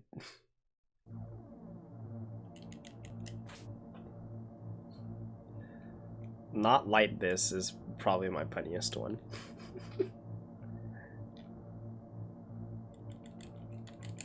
It's the best. Sephiroth is dead in red. So something I like about this, Tifa is known to be a very good martial artist. She decides to pick up the sword and is like, I've not used this in my life, but I'm gonna make it work. She doesn't make it work. In fact, she just she's the delivery girl. And she casually falls down a flight of like 20-ish stairs, but she's okay.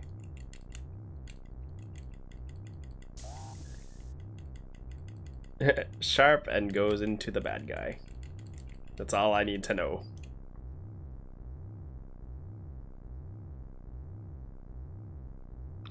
So yeah, while Tifa is bleeding out, we're just gonna put her in this corner right here, and yep. Deuces.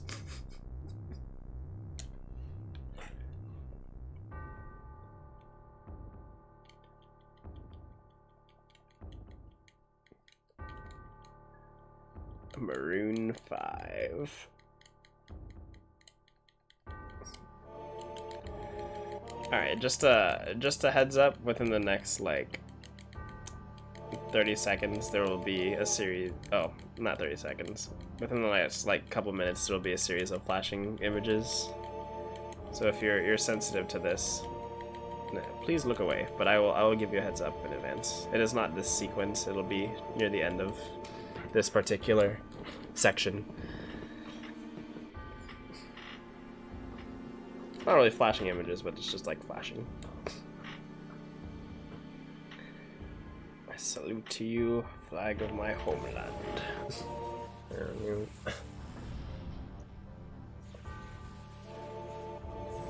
Dreadgasm. I forgot about that movie. What a movie that was.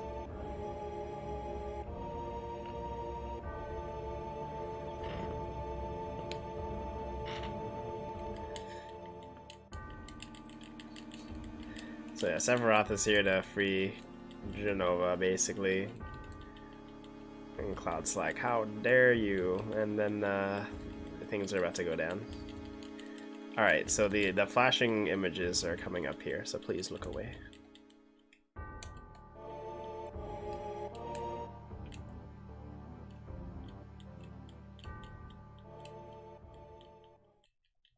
Alright, you should be good now.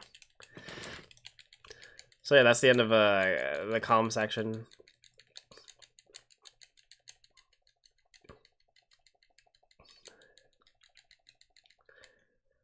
So now we are gonna go off to the, I think it's the Mithril Mine, Mithril Cave? Ah, habana. And it's here that we get the PHS system, which allows us to freely switch between party members.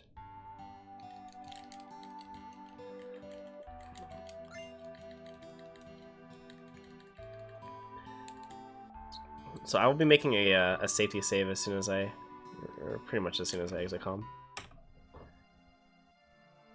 About here, should be good. And this is because we can get into an enemy encounter here with a thief, and if they steal an item that I need for Materia Keeper, then it's an oof. It's a big oof. So yeah, this is fine. So what we're gonna do here is something called Zolm Skip. What the game intends for you to do is you need to get the Chocobo materia and capture a Chocobo. But what we're gonna do is we're just going to run, because Zolm did a thing where he's going to be going that way, and yep, okay, cool. So yeah, we can actually like skip that section. There is a setup to do it, but based off of Zolm's trajectory, I just kind of went for it and hoped for the best, and yeah, it worked out. You could also actually skip this cutscene if you open up the menu as soon as it happens. But the only thing is that you have to open up the menu twice, because we're gonna actually go back to that sequence. I was just more concerned about getting by Zolm. Alright, so here we see the Turks again. This is Elena. She's a new member because we beat up Reno back in Midgar.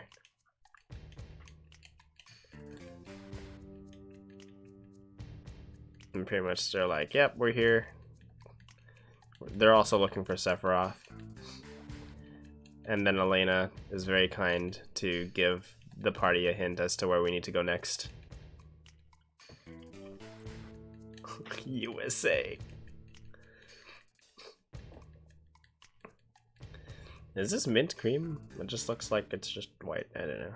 I'm also half colorblind. This is not the best tool for me to be like, yeah, it's working. Okay, so we're gonna go out here.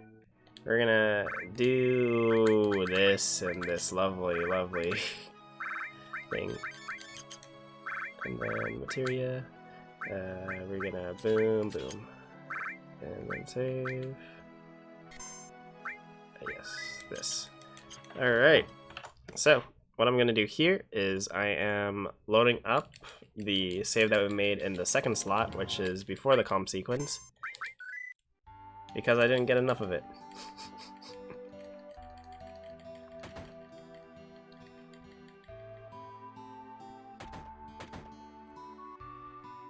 So what we're going to do here is we are going to be setting up the first warp. So what I did in the menu prior to closing out the game is I set up the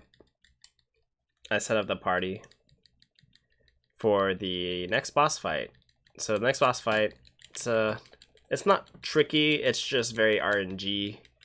It's with Materia Keeper, and our goal with the fight is to trigger kind of like an Easter egg. So whenever you're in battle and there's like either the enemy or your player has a health of 7777, which I refer to as quad 7, If it's one of your party members, they will do an onslaught of attacks that will always hit for quad 7 for a particular amount of turns. I'm not exactly sure how many, but it's just like a little bit of an Easter egg. However, we can actually apply this to bosses as well. So essentially what's going to happen is that we're going to first poison Materia Keeper, which is why we got the poison materia. We're going to poison it. We're going to do some a bit of a setup so that way we can get its health down to quad 7. And so not only will Materia Keeper be able to actually hit us for quad 7, but that poison tick will hit it for quad 7 as well, which will end the fight because that's, you know, the remaining health. Okay, and we didn't get live 2 trolled from Sephiroth, so that's nice. So yeah, that's the goal with Materia Keeper. I'm gonna make a save before it because lots of things can happen in that fight. Basically, Aerith needs to be alive. Aerith needs to hit for exactly 13 damage. She needs to not get her limit break. And Materia Keeper can open with a move called Trine, which will wipe our party. So lots of things can go wrong. But the save point is right next to it, so that's nice. As far as doing this comm sequence, we only have to do the first part, and we're actually going to be doing the photo skip.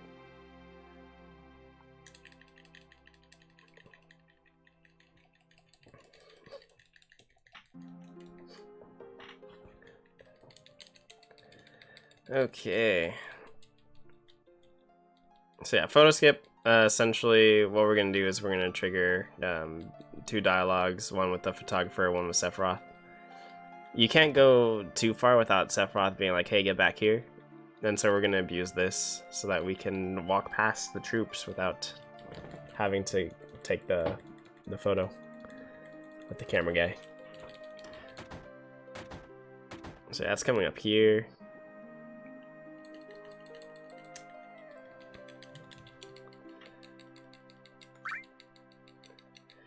All right. So luckily with the skip, I have a few tries. Well, not really a few. I can try this as many times as I want until I get it. So it's not too bad. There we go. So as soon as I see that funky dialogue box, I know that I've got it. And I can just walk on by.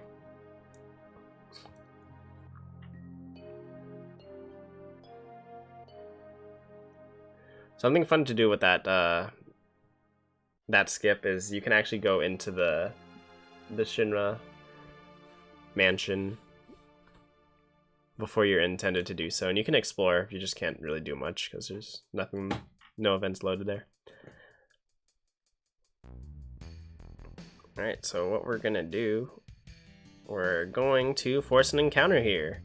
There's a reason we go back to this screen. We can get into encounters on the bridge screen, but because Sephiroth is on the next screen, we won't have him in our party.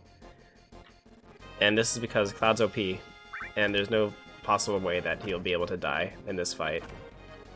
And he died. Well, that's the run. Ripperino. Except not really. So what we're gonna do, we load up our save file that's in slot 1. We're going to fight any encounter. We just have to beat it. It's ideal to get an encounter that has only 1 enemy, such as this one. Oh yeah, we have a lot of grenades. Good. And with the way that memory is stored on the Steam version, or yeah, at least the Steam version, after this fight, it's actually gonna put us back where we got the game over. So we'll be back on Mount Neville, but because we're using our save file that has progressed a bit more, you'll notice that did I get it? Did I skip that fight? Fog. Okay, maybe. You'll notice that we've got good old Materia Keeper here. So the game thinks that we're farther than where we actually should be.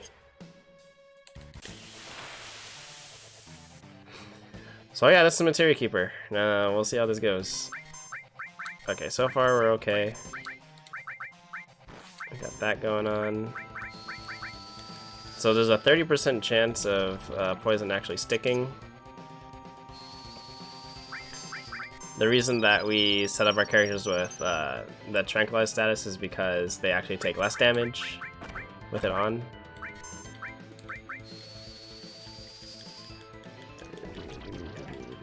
Very nice. Okay. So here, everything I'm doing is going to be setting up Materia Keeper to be dropped down to the quad 7.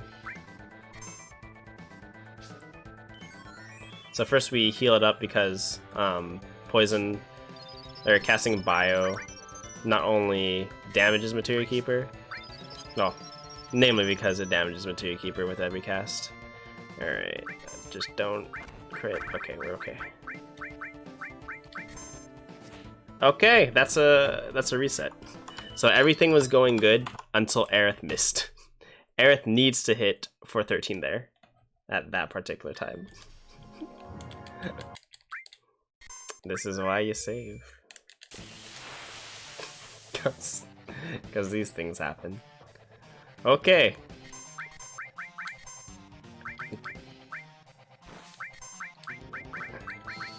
Now we gotta set this up again.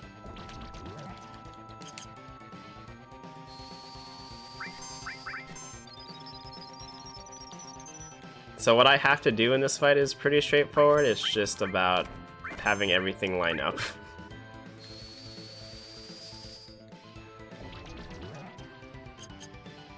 So as you can see, poison is now trolling. And I can't do anything until poison sticks. Materia is gonna crit. It doesn't crit.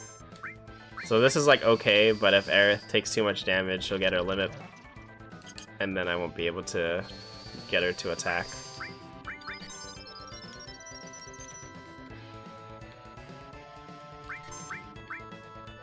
That or Red's gonna run out of MP before poison sticks. Alright.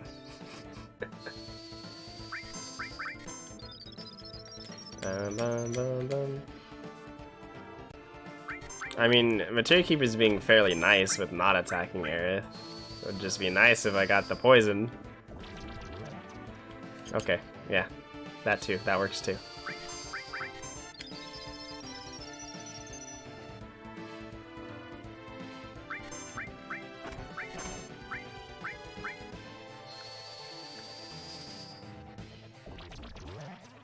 Okay.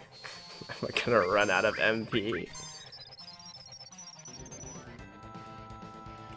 The answer is gonna be probably at this point.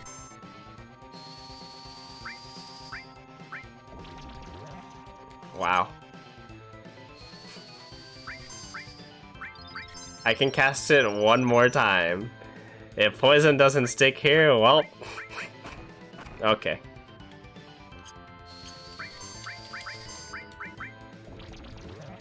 Hey, okay, well... That's okay. I may have messed this up because I'm using Cloud to heal right now. Oh no, we're okay. Yeah, it should be fine. Unless it kills Aerith, in which case it's not going to be fine. Okay. It might be okay.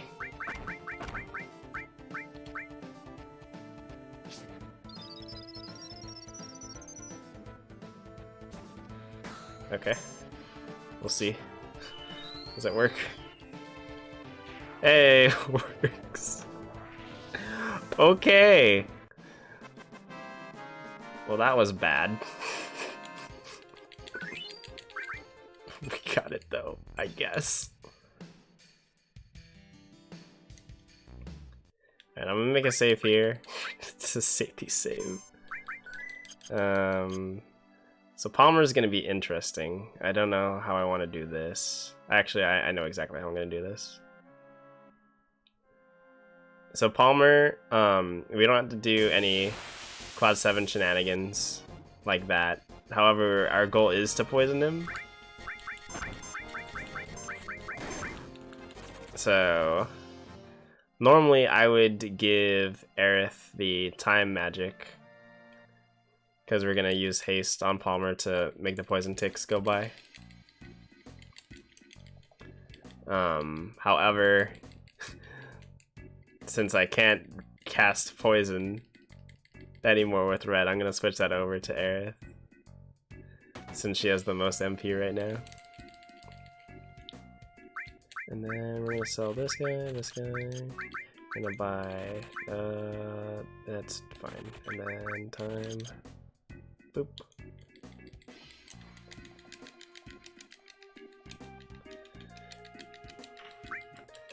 Even if poison doesn't stick, I can still beat Palmer. The Palmer fight is unique in the sense that he can only attack 3 times, granted that your party has a trank stat. So let's start with healing everyone. And then we're gonna equip the Yoshiki thing.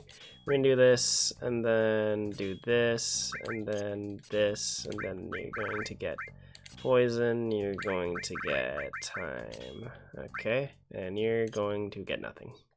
That seems good. Let me just make sure that that's correct. Yeah, poison and time. Yeah, okay. Yep, should be fine. So what the Yoshiki does is that it gives Cloud more power based off of how many dead party members there are. So our goal after the next boss fight with Palmer is to have both Red and Aerith dead. Now that I think about it, it's too late.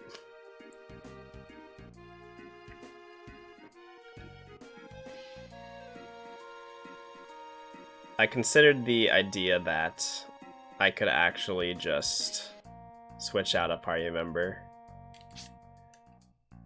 Like switch out Red for Barret, and he's got full MP. Because I don't really need Red. But this is fine. This is fine. Everything's fine. Yeah, that was a rough, rough fight. I mean, it kept Aerith alive for the longest time, which is great, but literally poison was not sticking. 30%? Okay, sure. Sure.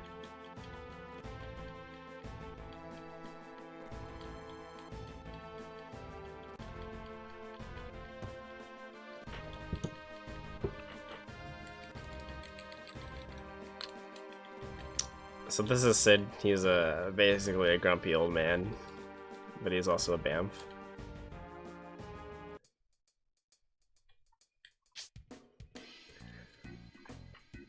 Essentially, his dream is to go to outer space, and Shinra has allowed him to kind of like have this space to work on his rocket.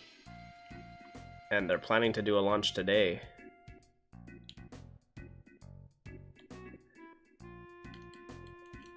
No, they're not planning to do a launch today. I take that back.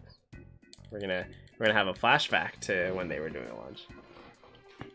But yeah, still Sid is still doing maintenance on the rocket, even though Shinra has stopped all funding for it.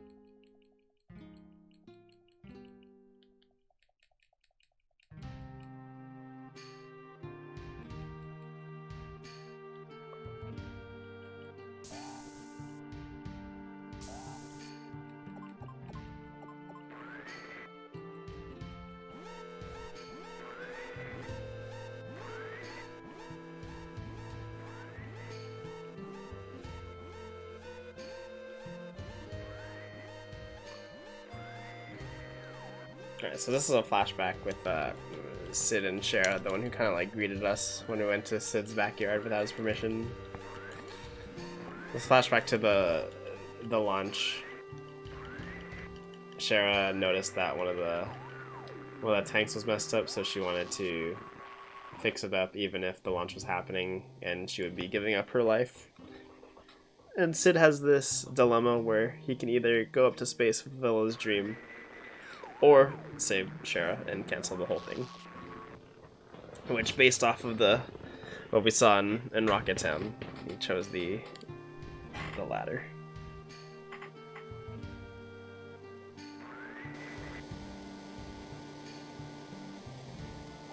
Also, I love the censoring in this. It's great.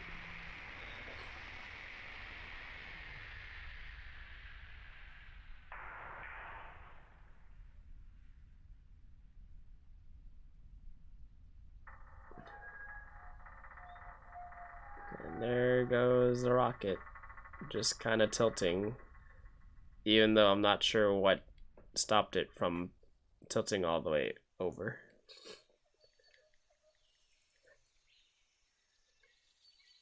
And it hasn't been moved since. Rip the rocket, indeed. So that's why Shara feels like she owes him her life, because he saved her. But he grumpy af.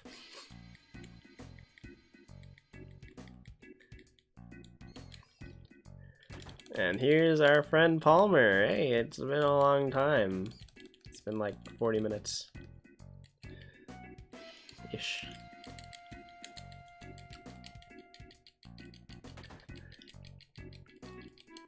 And he loves lard in his tea for whatever reason. So we're gonna go out, see Rufus, and somehow they don't catch on to us. They're a bit too occupied to notice us just standing out there in the open.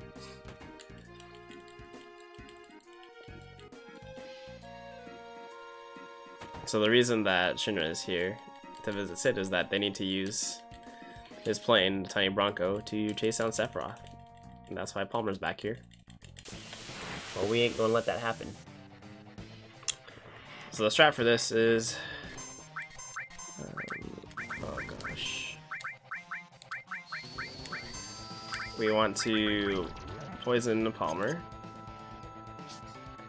which looks like it's gonna be roughly as effective as before. And then once he's poisoned, we're gonna haste him, so that way the poison ticks go by a lot faster. If we get to do it.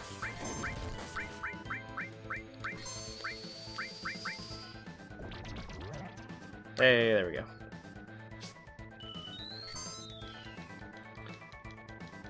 Okay.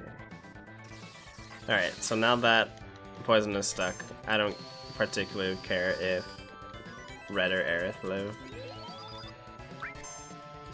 In fact, it is very much wanted that they end up dying.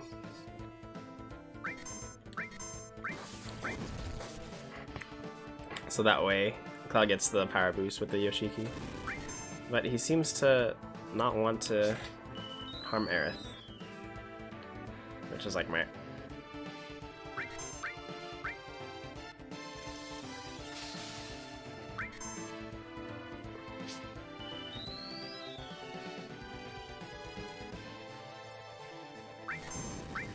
Wow, you just don't want to cooperate, do you? That's a no. It's a hard no. My goodness. Alright, well I guess we're taking a full health Aerith out into the wild. And I'm just gonna do this.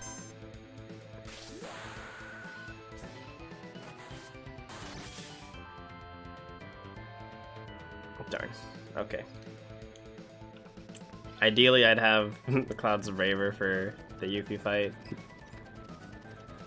But I'm gonna need Aerith dead. So big oof.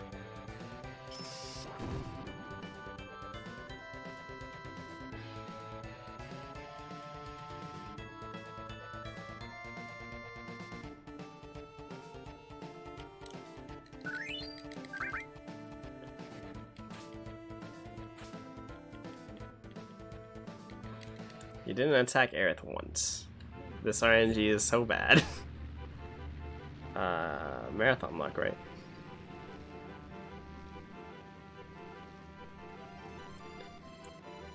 So yeah, we get to go off on an adventure.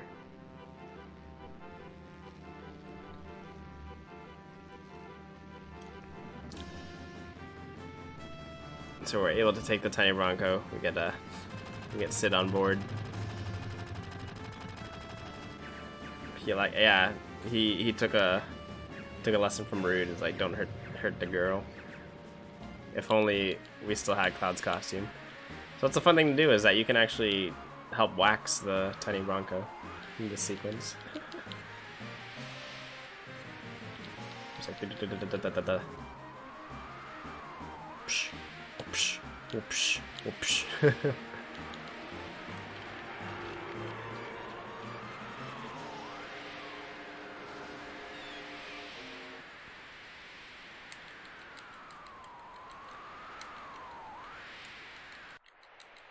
So under normal circumstances, we would take this tiny Bronco and go to... Where would we go? Where are we in the story? We would go to the Temple of the Ancients to follow Sephiroth. But instead we're going to go back to Midgar. Because we're going to set up the warp to the debug room.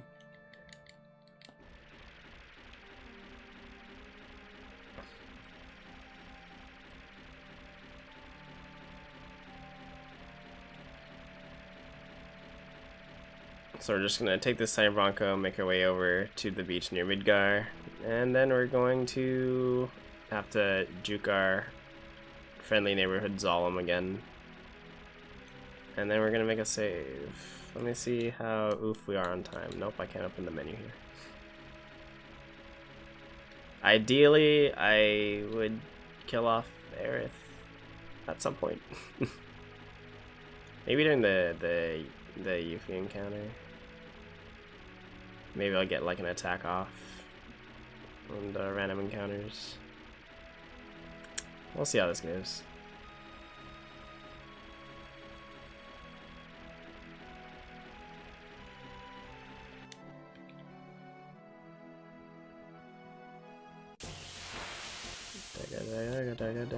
Oh, back attack, okay. That works.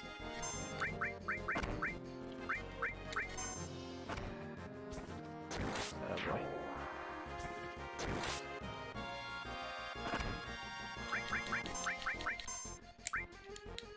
Okay. Whoa. Almost ran back into Midgar. Alright, well, Aerith is almost dead. That's a plus. Depending on how things go.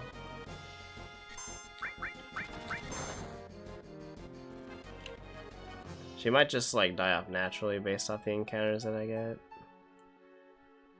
Which works for me.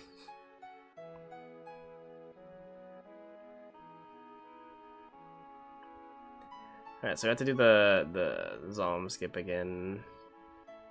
I gotta see where he is currently. Where are you?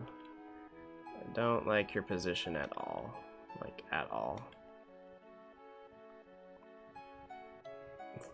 Like, this is terrible. But might still work. Okay, now I'm gonna save. Might be able to save it. Okay, good. So yeah, we hide in that corner. Zalem kind of adjusts to your position. And then we just make him do some of that. Okay. Oops.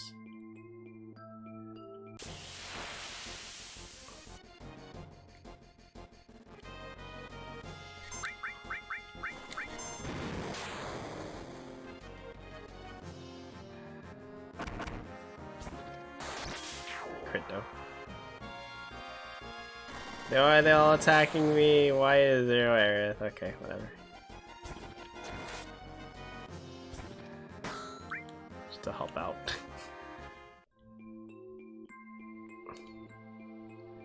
Alright. So I go out here. Gonna heal up. Okay, we're okay. And then the next one would be 35.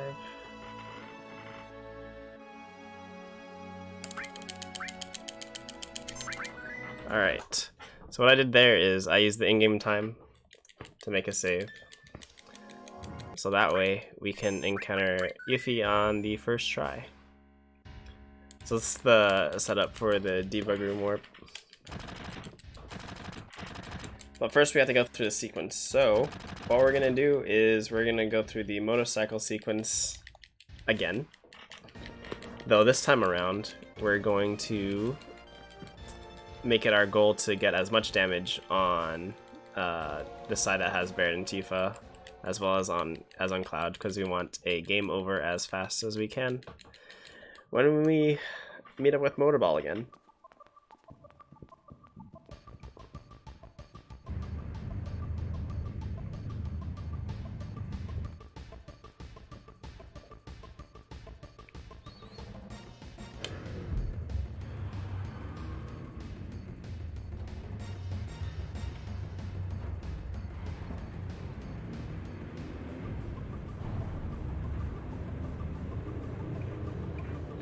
So instead of aiming for 3 red bikes this time around, I'm gonna actually push the truck over to the right side, which exposes Baird and Tifa, and just have the bikes go to town, I guess.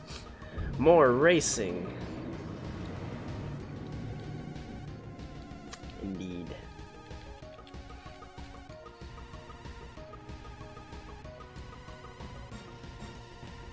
Alright, so we'll push them over here, hopefully. Come on, stay. Stay. Stay. Yep. There we go. Oh gosh, no, no. Not like this. That red bike needs to go. And then you need to go over here. Go. There we go. That's what I wanted. And then with the third bike, we're just gonna have Cloud bunts into it. I don't want the truck to get too far back, because then I won't be able to push it forward.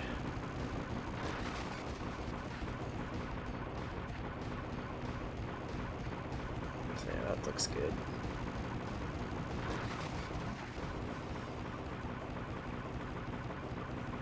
I need them to kind of cooperate. Okay, well, this should be like okay. Over time, they will do more damage. And so it should be okay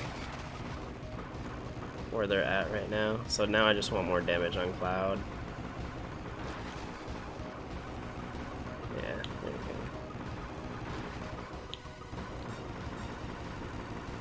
Okay. I wanted to finish off that one, but the one in the back showed up. The thing with the motorcycles is if they run into like a downed motorcycle, more likely than not they will also fall over. Because it makes sense, you know, there's debris on the highway, so Ripperino. It's not good for me.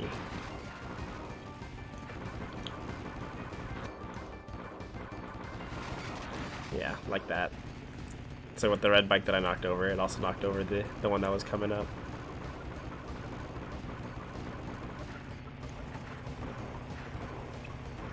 Alright, so you can see in the portrait on the left, Baird and Tifa, Ripperino. They will spawn in with 1 health, but because Motorball does his charge attack as like the intro, they're gonna be gone.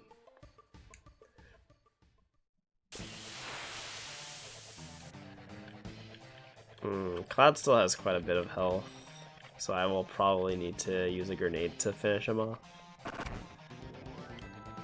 Yeah. Depending on if it uses 1 or 2 armor attacks. I can't escape. No. Alright, so we got the game over. Now we're gonna load up the save that we have to encounter Yuffie, hopefully. So like I mentioned earlier, under normal circumstances, Yuffie has like a 6% chance of showing up in this particular forest. But thanks to the in-game time manip, we've got her right here. We're just gonna have Aerith do that. She should die from this. No, she doesn't. Good. Alright.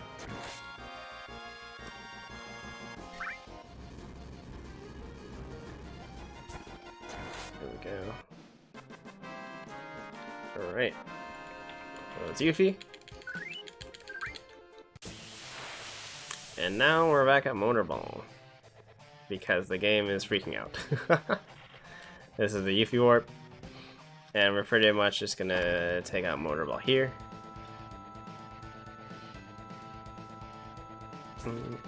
Good counterattack.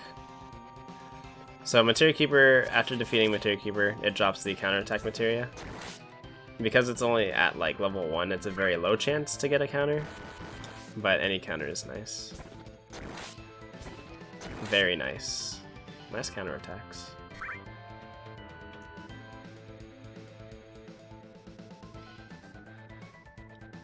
So this fight should probably end within the next 3 attacks. Maybe 1 attack. So that was a good Motorball. Very good Motorball.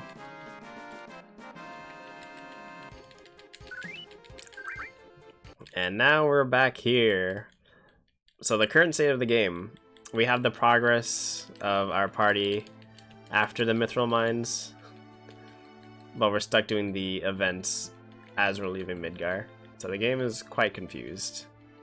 And if you remember, we used the photo skip back in Calm, and so we didn't complete that particular Calm sequence, and the game is still taking note of this.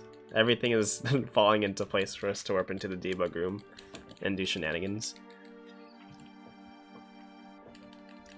So we're gonna take the Tiny Bronco kind of back to Mount Nebel.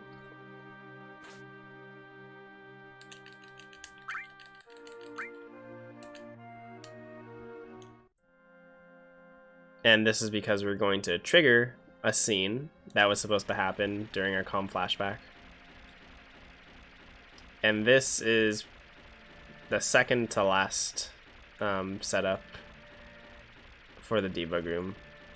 The last bit, which is RNG, of course, is we need to find an enemy called Spencer.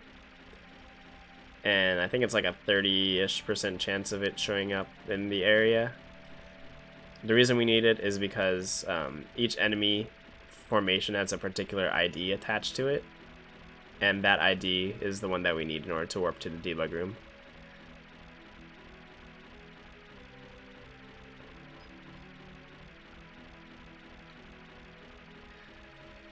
However, I will be making a safety save, because in the area that we're going to be looking for Spencer, we can also find Jokers. And Jokers are great in the sense that it can cast Death and kill off Cloud. So I'm gonna make the save here.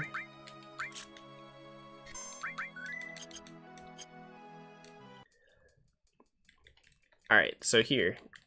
This is that sequence after the bridge breaks during the Calm flashback, which, based off where we are in the main story, we should already be past this, at least as far as our first slave is concerned.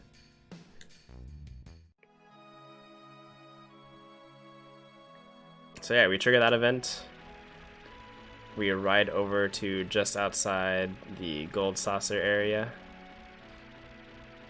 And then we just need to find Spencer. Spencer has a very particular camera angle thing. This is not it. So I will know when. So these are the Jokers that can use a Joker card and kill off Cloud if they want to.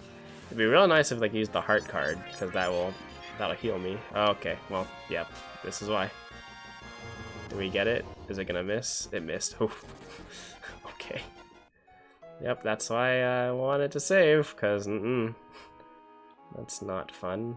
That's not fun at all.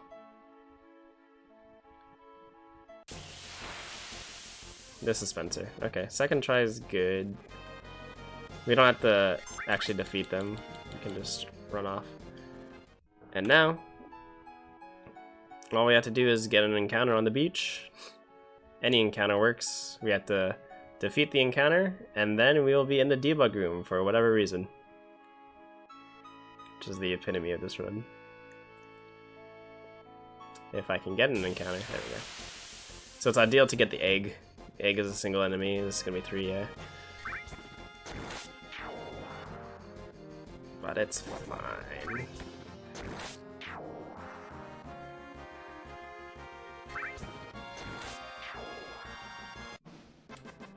Alright, and now we're in the debug room. So I'm going to be doing a series of menu stuff here, which I will explain later. But essentially we are setting up our party to have particular weapons and stuff. Oh, did I not do menu on? No, I didn't. So we take these guys, we're gonna do that, set the limit of cloud, we're gonna equip, arrange, give Vincent Master Magic as well as Steel, then we're gonna do this, then we fight this battle, which is where we'll be grinding for XP and such.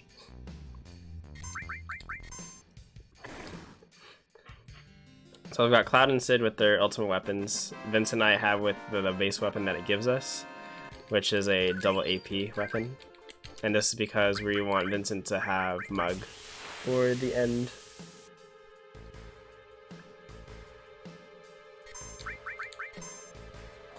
And then we have double cut on Cloud and Sid, because we will be using these as kind of like markers for our damage rolls. So equip. Talk to this Tifa, go to 4.4, and now we're at the end game. Which seems weird because we're watching the first reactor explode, but this is the Genova synthesis part. So what I did was that I named Vincent. This is just a setup to give him particular items and such. Cool. Got that double cut off early.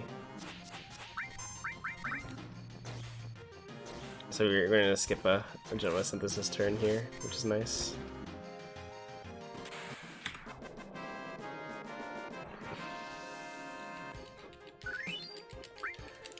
So yeah, this is the reason that we wanted Vincent to learn Mug, because there's this thing called the Mug glitch, and essentially whenever Vincent uses Mug with some of his weapons, it will skip the next animation in the battle. So whether it be like a summon, magic, attack animation, it'll just like skip that. What we use it for is we skip the boss death animation. So that makes us automatically go to like the victory pose type of deal, but it'll also skip like the long cutscenes after these Sephiroth fights. So yeah, we're gonna see traces of the disc 1 section, you know, just the train and stuff, because the game is really confused. And it's a good time. So here we're gonna just pick our party again. Oop. I also love the really long names. There's just and more and then we get the W's. And there's the train again.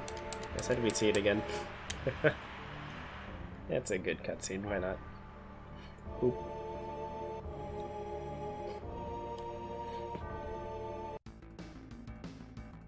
Alright, we're in the first round of Seppi fights. We're gonna wait a little bit so that way he preps up Bizarro energy which is what he uses to heal himself. And we don't want that to mess up our damage like calculation for using Vincent's mug glitch to skip his death animation. There we go. So you know that you got it when the screen fades to black. Now this next fight is the reason that we put on Master Magic on Vincent. This Sephiroth form, he starts out the fight using Wall, which will decrease our damage, but because we have Master Magic, we just use D Barrier to get rid of that.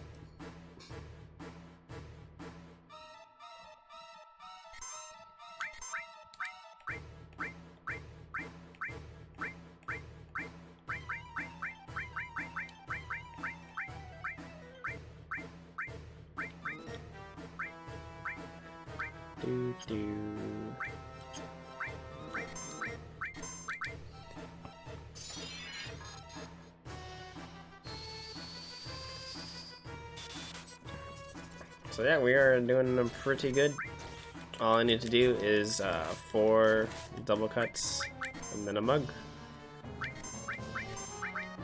So as long as Shadow Flare doesn't kill off anyone, we should be okay. Even if it's not okay, just like one more attack. We'll get the long death animation, but it's fine. But we are good.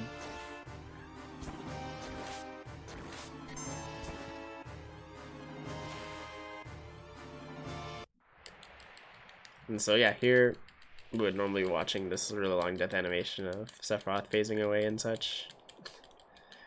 But now we got the whole gang back.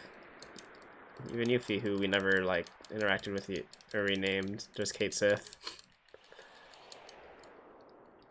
It was great. Just great.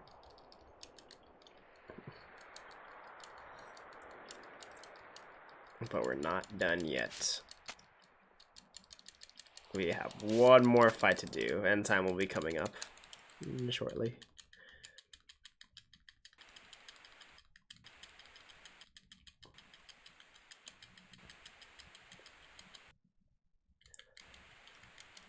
All right. So here's that's the cutscene with Airbuster that we skipped over. Good stuff. So normally in this fight, we just let Sephiroth attack us, and then Cloud will automatically do a counterattack, regardless of if we have the counterattack materia equipped.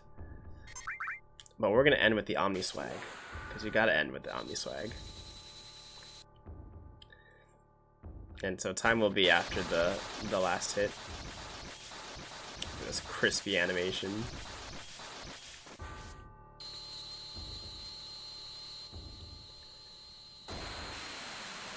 Alright, and that's time.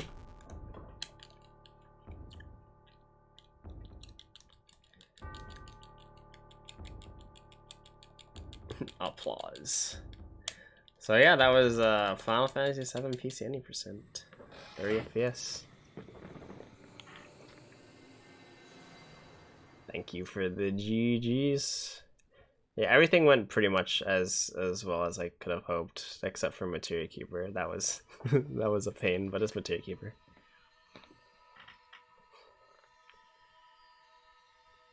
$238.14. Noise. So yeah, my estimate was around 3, so I have like 22 minutes to spare. With this extra time, if you'll allow me, I wanna explore one particular glitch a bit more, if it'd be okay.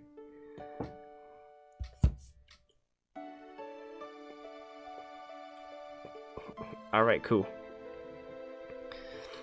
In that case, let me load this bad boy up. I haven't done this in a while, but I've got a little bit. So I'm loading up that one save that I made a live stream.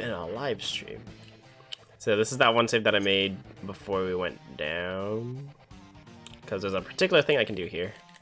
So I'm still going to interact with the elevator and start this thing, but I'm gonna do, well, I can show this off real quick. With this glitch, you can actually explore. You can you can explore a bit. This floor is a funny one because well, actually not this floor, it's this next floor. If you go up here, there's kind of a trick that you can do. You can open up the menu as the screen is transitioning, and it'll actually stop loading in the next screen, but you'll appear on the other side of the loading zone. So now that I'm here, I can actually run around this lower floor, which is great because the game is very confused. I'm technically on the the lower floor.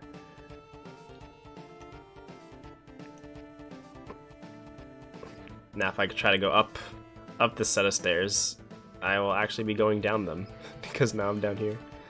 Same can be done with these. You just open up the menu and then you can go and explore. So that's part one. And part two is a little bit trickier because I have to get the timing right.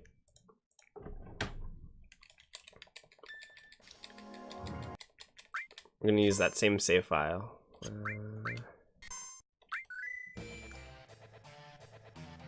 And we're gonna do the same thing, except we're going to use the that menu trick to make it so that we're right next to the exit. So do this, do that, make that load, go back out so that we're on the other side. And now I just need to time my inputs. So Tifa's gonna come down, maybe. Oh wait, no, I have to talk to Barrett again. That's right. Do I have to talk to Barrett?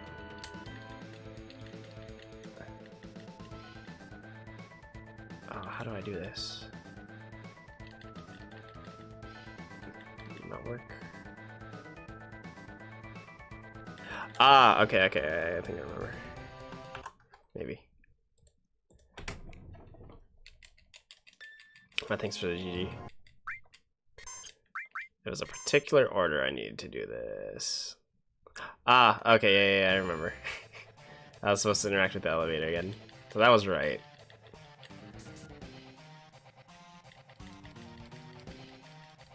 Alright, so do this. Get out paralysis, 1. Also, I'd like to note that over here, there's a face in the ground. You can kind of see, like, I'm like on the eyes right now, and then there's like the mouth. There's like a face right here.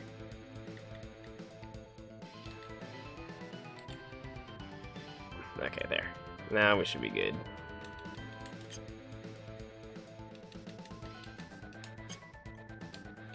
Okay. Whoop. Whoop. I soft blocked it. I forgot this is how it works. Alright, I apologize for this. This time for sure. Maybe.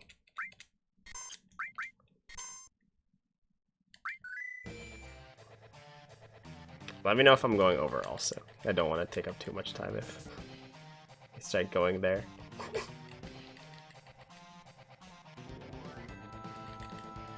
Oh.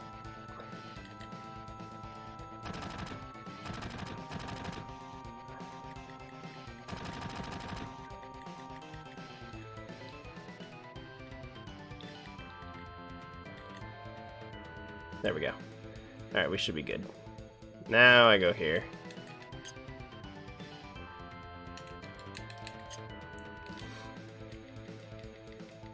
So now Tifa should be coming down. And pretty much after our last dialogue, I'm gonna try and exit. So, there we go. Alright! So, essentially the motorbike scene is supposed to be happening now. You can see that I have Cloud right now, and my party consists of Barrett and Tifa, which is what it would be after that sequence.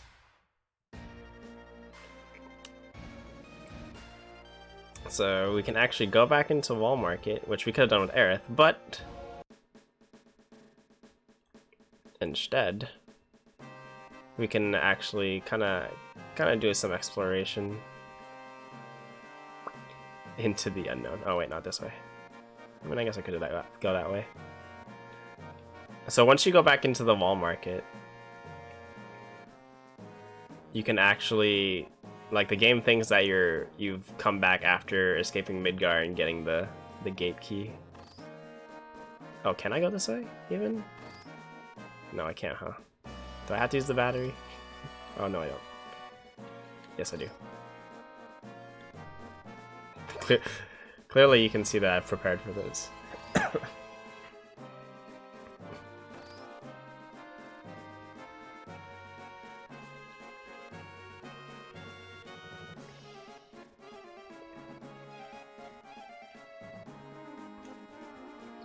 Luckily we bought all those batteries so I can do this thing. I guess I don't need the battery. I'm just gonna come down here. Oh, I used, nah, whatever. Almost there.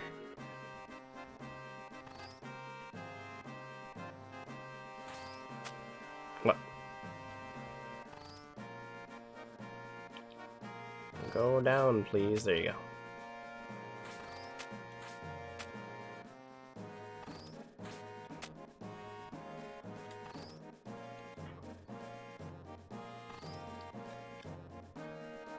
So one way you can tell that the game thinks that you're here after leaving Midgar is we can go back into the Don's mansion.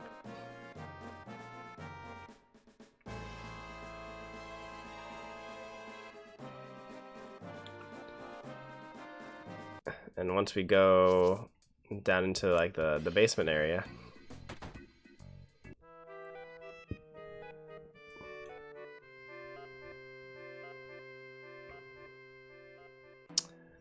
we can see this guy. Please help me. Nah. Nah, you're stuck. You're stuck. Oh, can we actually help him? Escape?